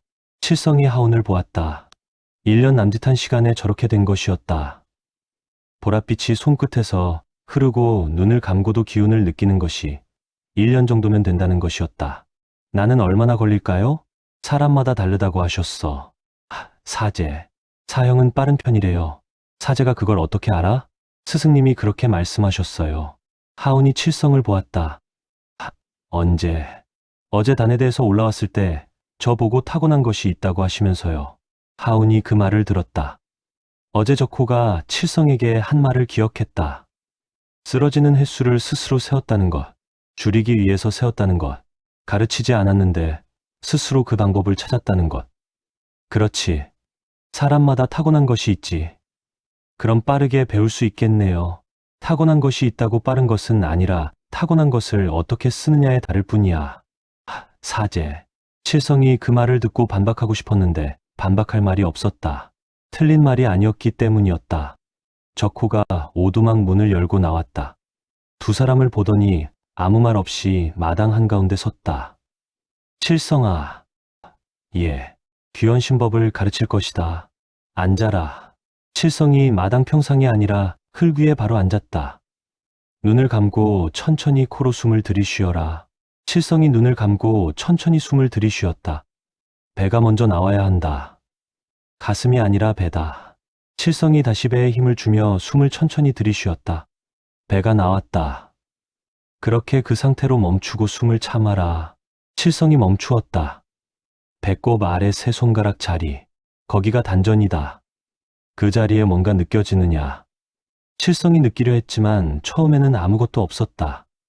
배꼽 아래 세 손가락 자리에 손을 대보았지만 그냥 배였다. 그런데 잠시 후 아주 옅은 것이 있었다. 뜨겁지도 따뜻하지도 않고 그냥 무언가 있는 것 같은 느낌이었다. 없다고 하면 없는 것 같은데 있다고 하면 있는 것 같은. 뭔가 있는 것 같기도 하고 없는 것 같기도 해요. 있는 것이다.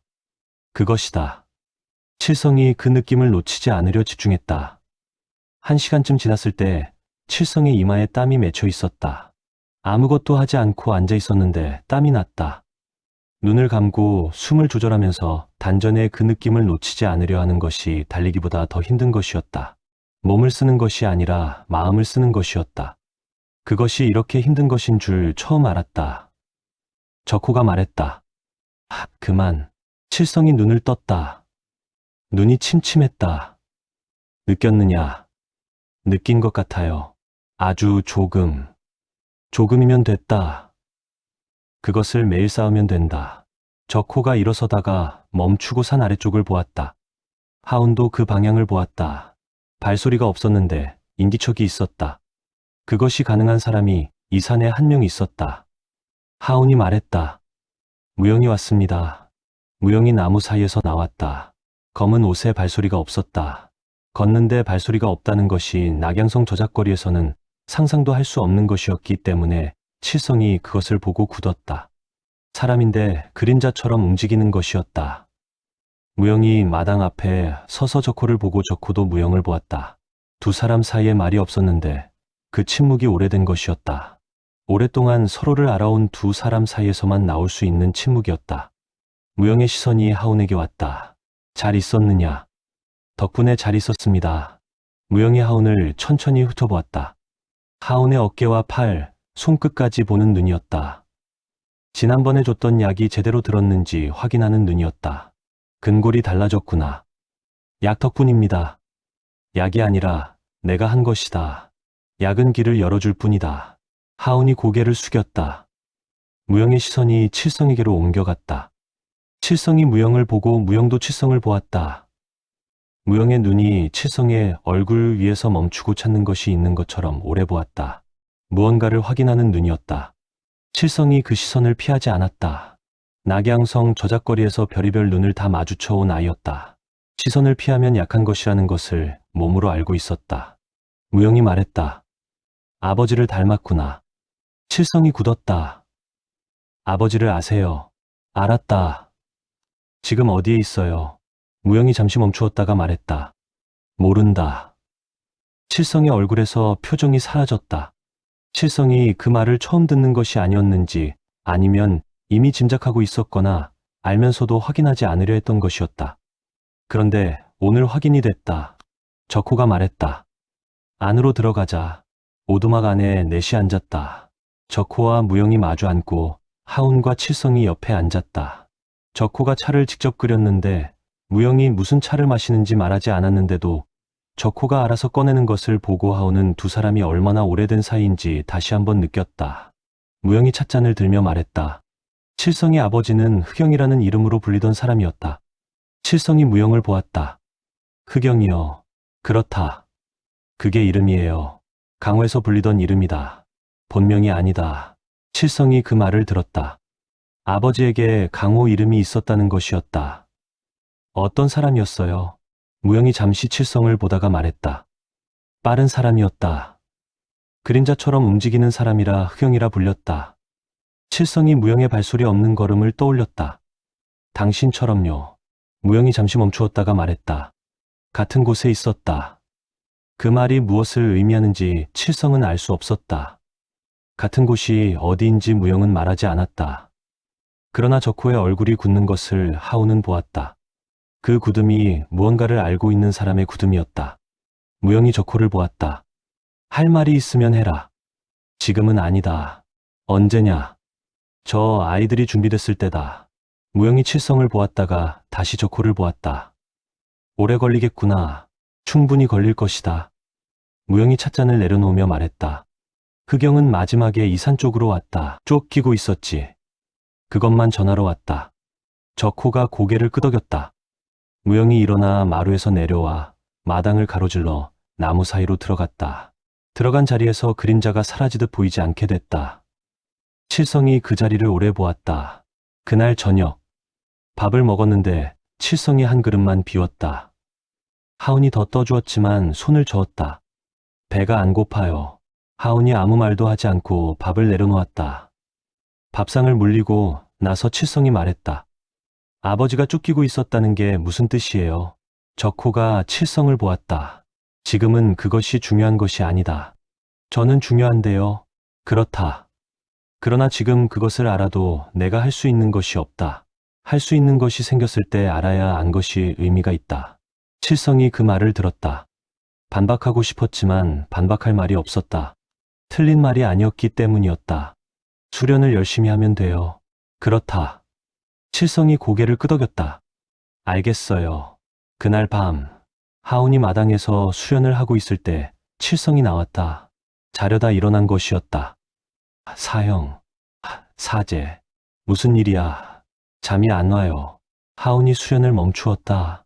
칠성이 마당 가운데 서서 달을 보고 있었다. 달이 밝은 밤이었고 칠성의 얼굴이 그 달빛 아래 있었다. 아버지가 쫓기고 있었대요. 낮에 들었어. 누가 쫓았는지 왜 쫓았는지 아무것도 몰라요. 나중에 알게 될 거야. 나중이 언제예요? 사제가 준비됐을 때 칠성이 하온을 보았다. 사형은 답답하지 않아요. 그런 말 들으면 답답하지. 하지만 스승님이 그렇게 말씀하시면 이유가 있어. 어떤 이유요? 지금 알면 지금의 수련을 못하고 나중에 알아야 할 것이 더 크기 때문에 나중까지 기다리게 하는 것이지. 칠성이 그 말을 오래 곱씹었다. 한동안 달을 보다가 마당에 다리를 꼬고 앉아서 단전 쪽에 손을 얹고 눈을 감았다. 오전에 적호가 가르쳐준 자세였다. 귀원신법 연습을 할게요. 그래. 그렇게 하면 된다. 잠이 안 오면 이거라도 해야죠. 하온이 칠성을 보았지만 아무 말도 하지 않았다. 그러나 입 안에서 무언가 뜨거운 것이 올라오는 것을 느끼며 삼켰다. 한동안 마당이 조용했다. 하온이 다시 칼을 잡고 수련을 시작하자 보랏빛이 달빛 아래 흘렀다. 칠성이 눈을 감고 앉아 귀원신법 수련을 하고 있었다. 한참이 지나서 칠성의 숨소리가 바뀌었다. 앉은 채로 잠이 든 것이었다. 칠성이 몸이 옆으로 기울자 하온이 수련을 멈추고 칠성 옆으로 가서 등을 받쳐 주었다. 그대로 눕혀 주었는데도 칠성이 눈을 뜨지 않았다. 깊이 잠든 것이었다. 하온이 오두막으로 들어가 이불을 가져와 덮어 주었다. 마당에 누운 칠성의 얼굴에 달빛이 내려앉아 있었다. 낮에 아버지의 소식을 들었던 얼굴이 저작거리에서 2년을 혼자 버텨온 얼굴이었다. 그러나 지금은 그냥 9살짜리 아이의 얼굴이었다. 하온이 다시 일어서 귀원신법을 운용하면서 건법 수련을 시작하자 달빛 아래 보랏빛으로 물들었다.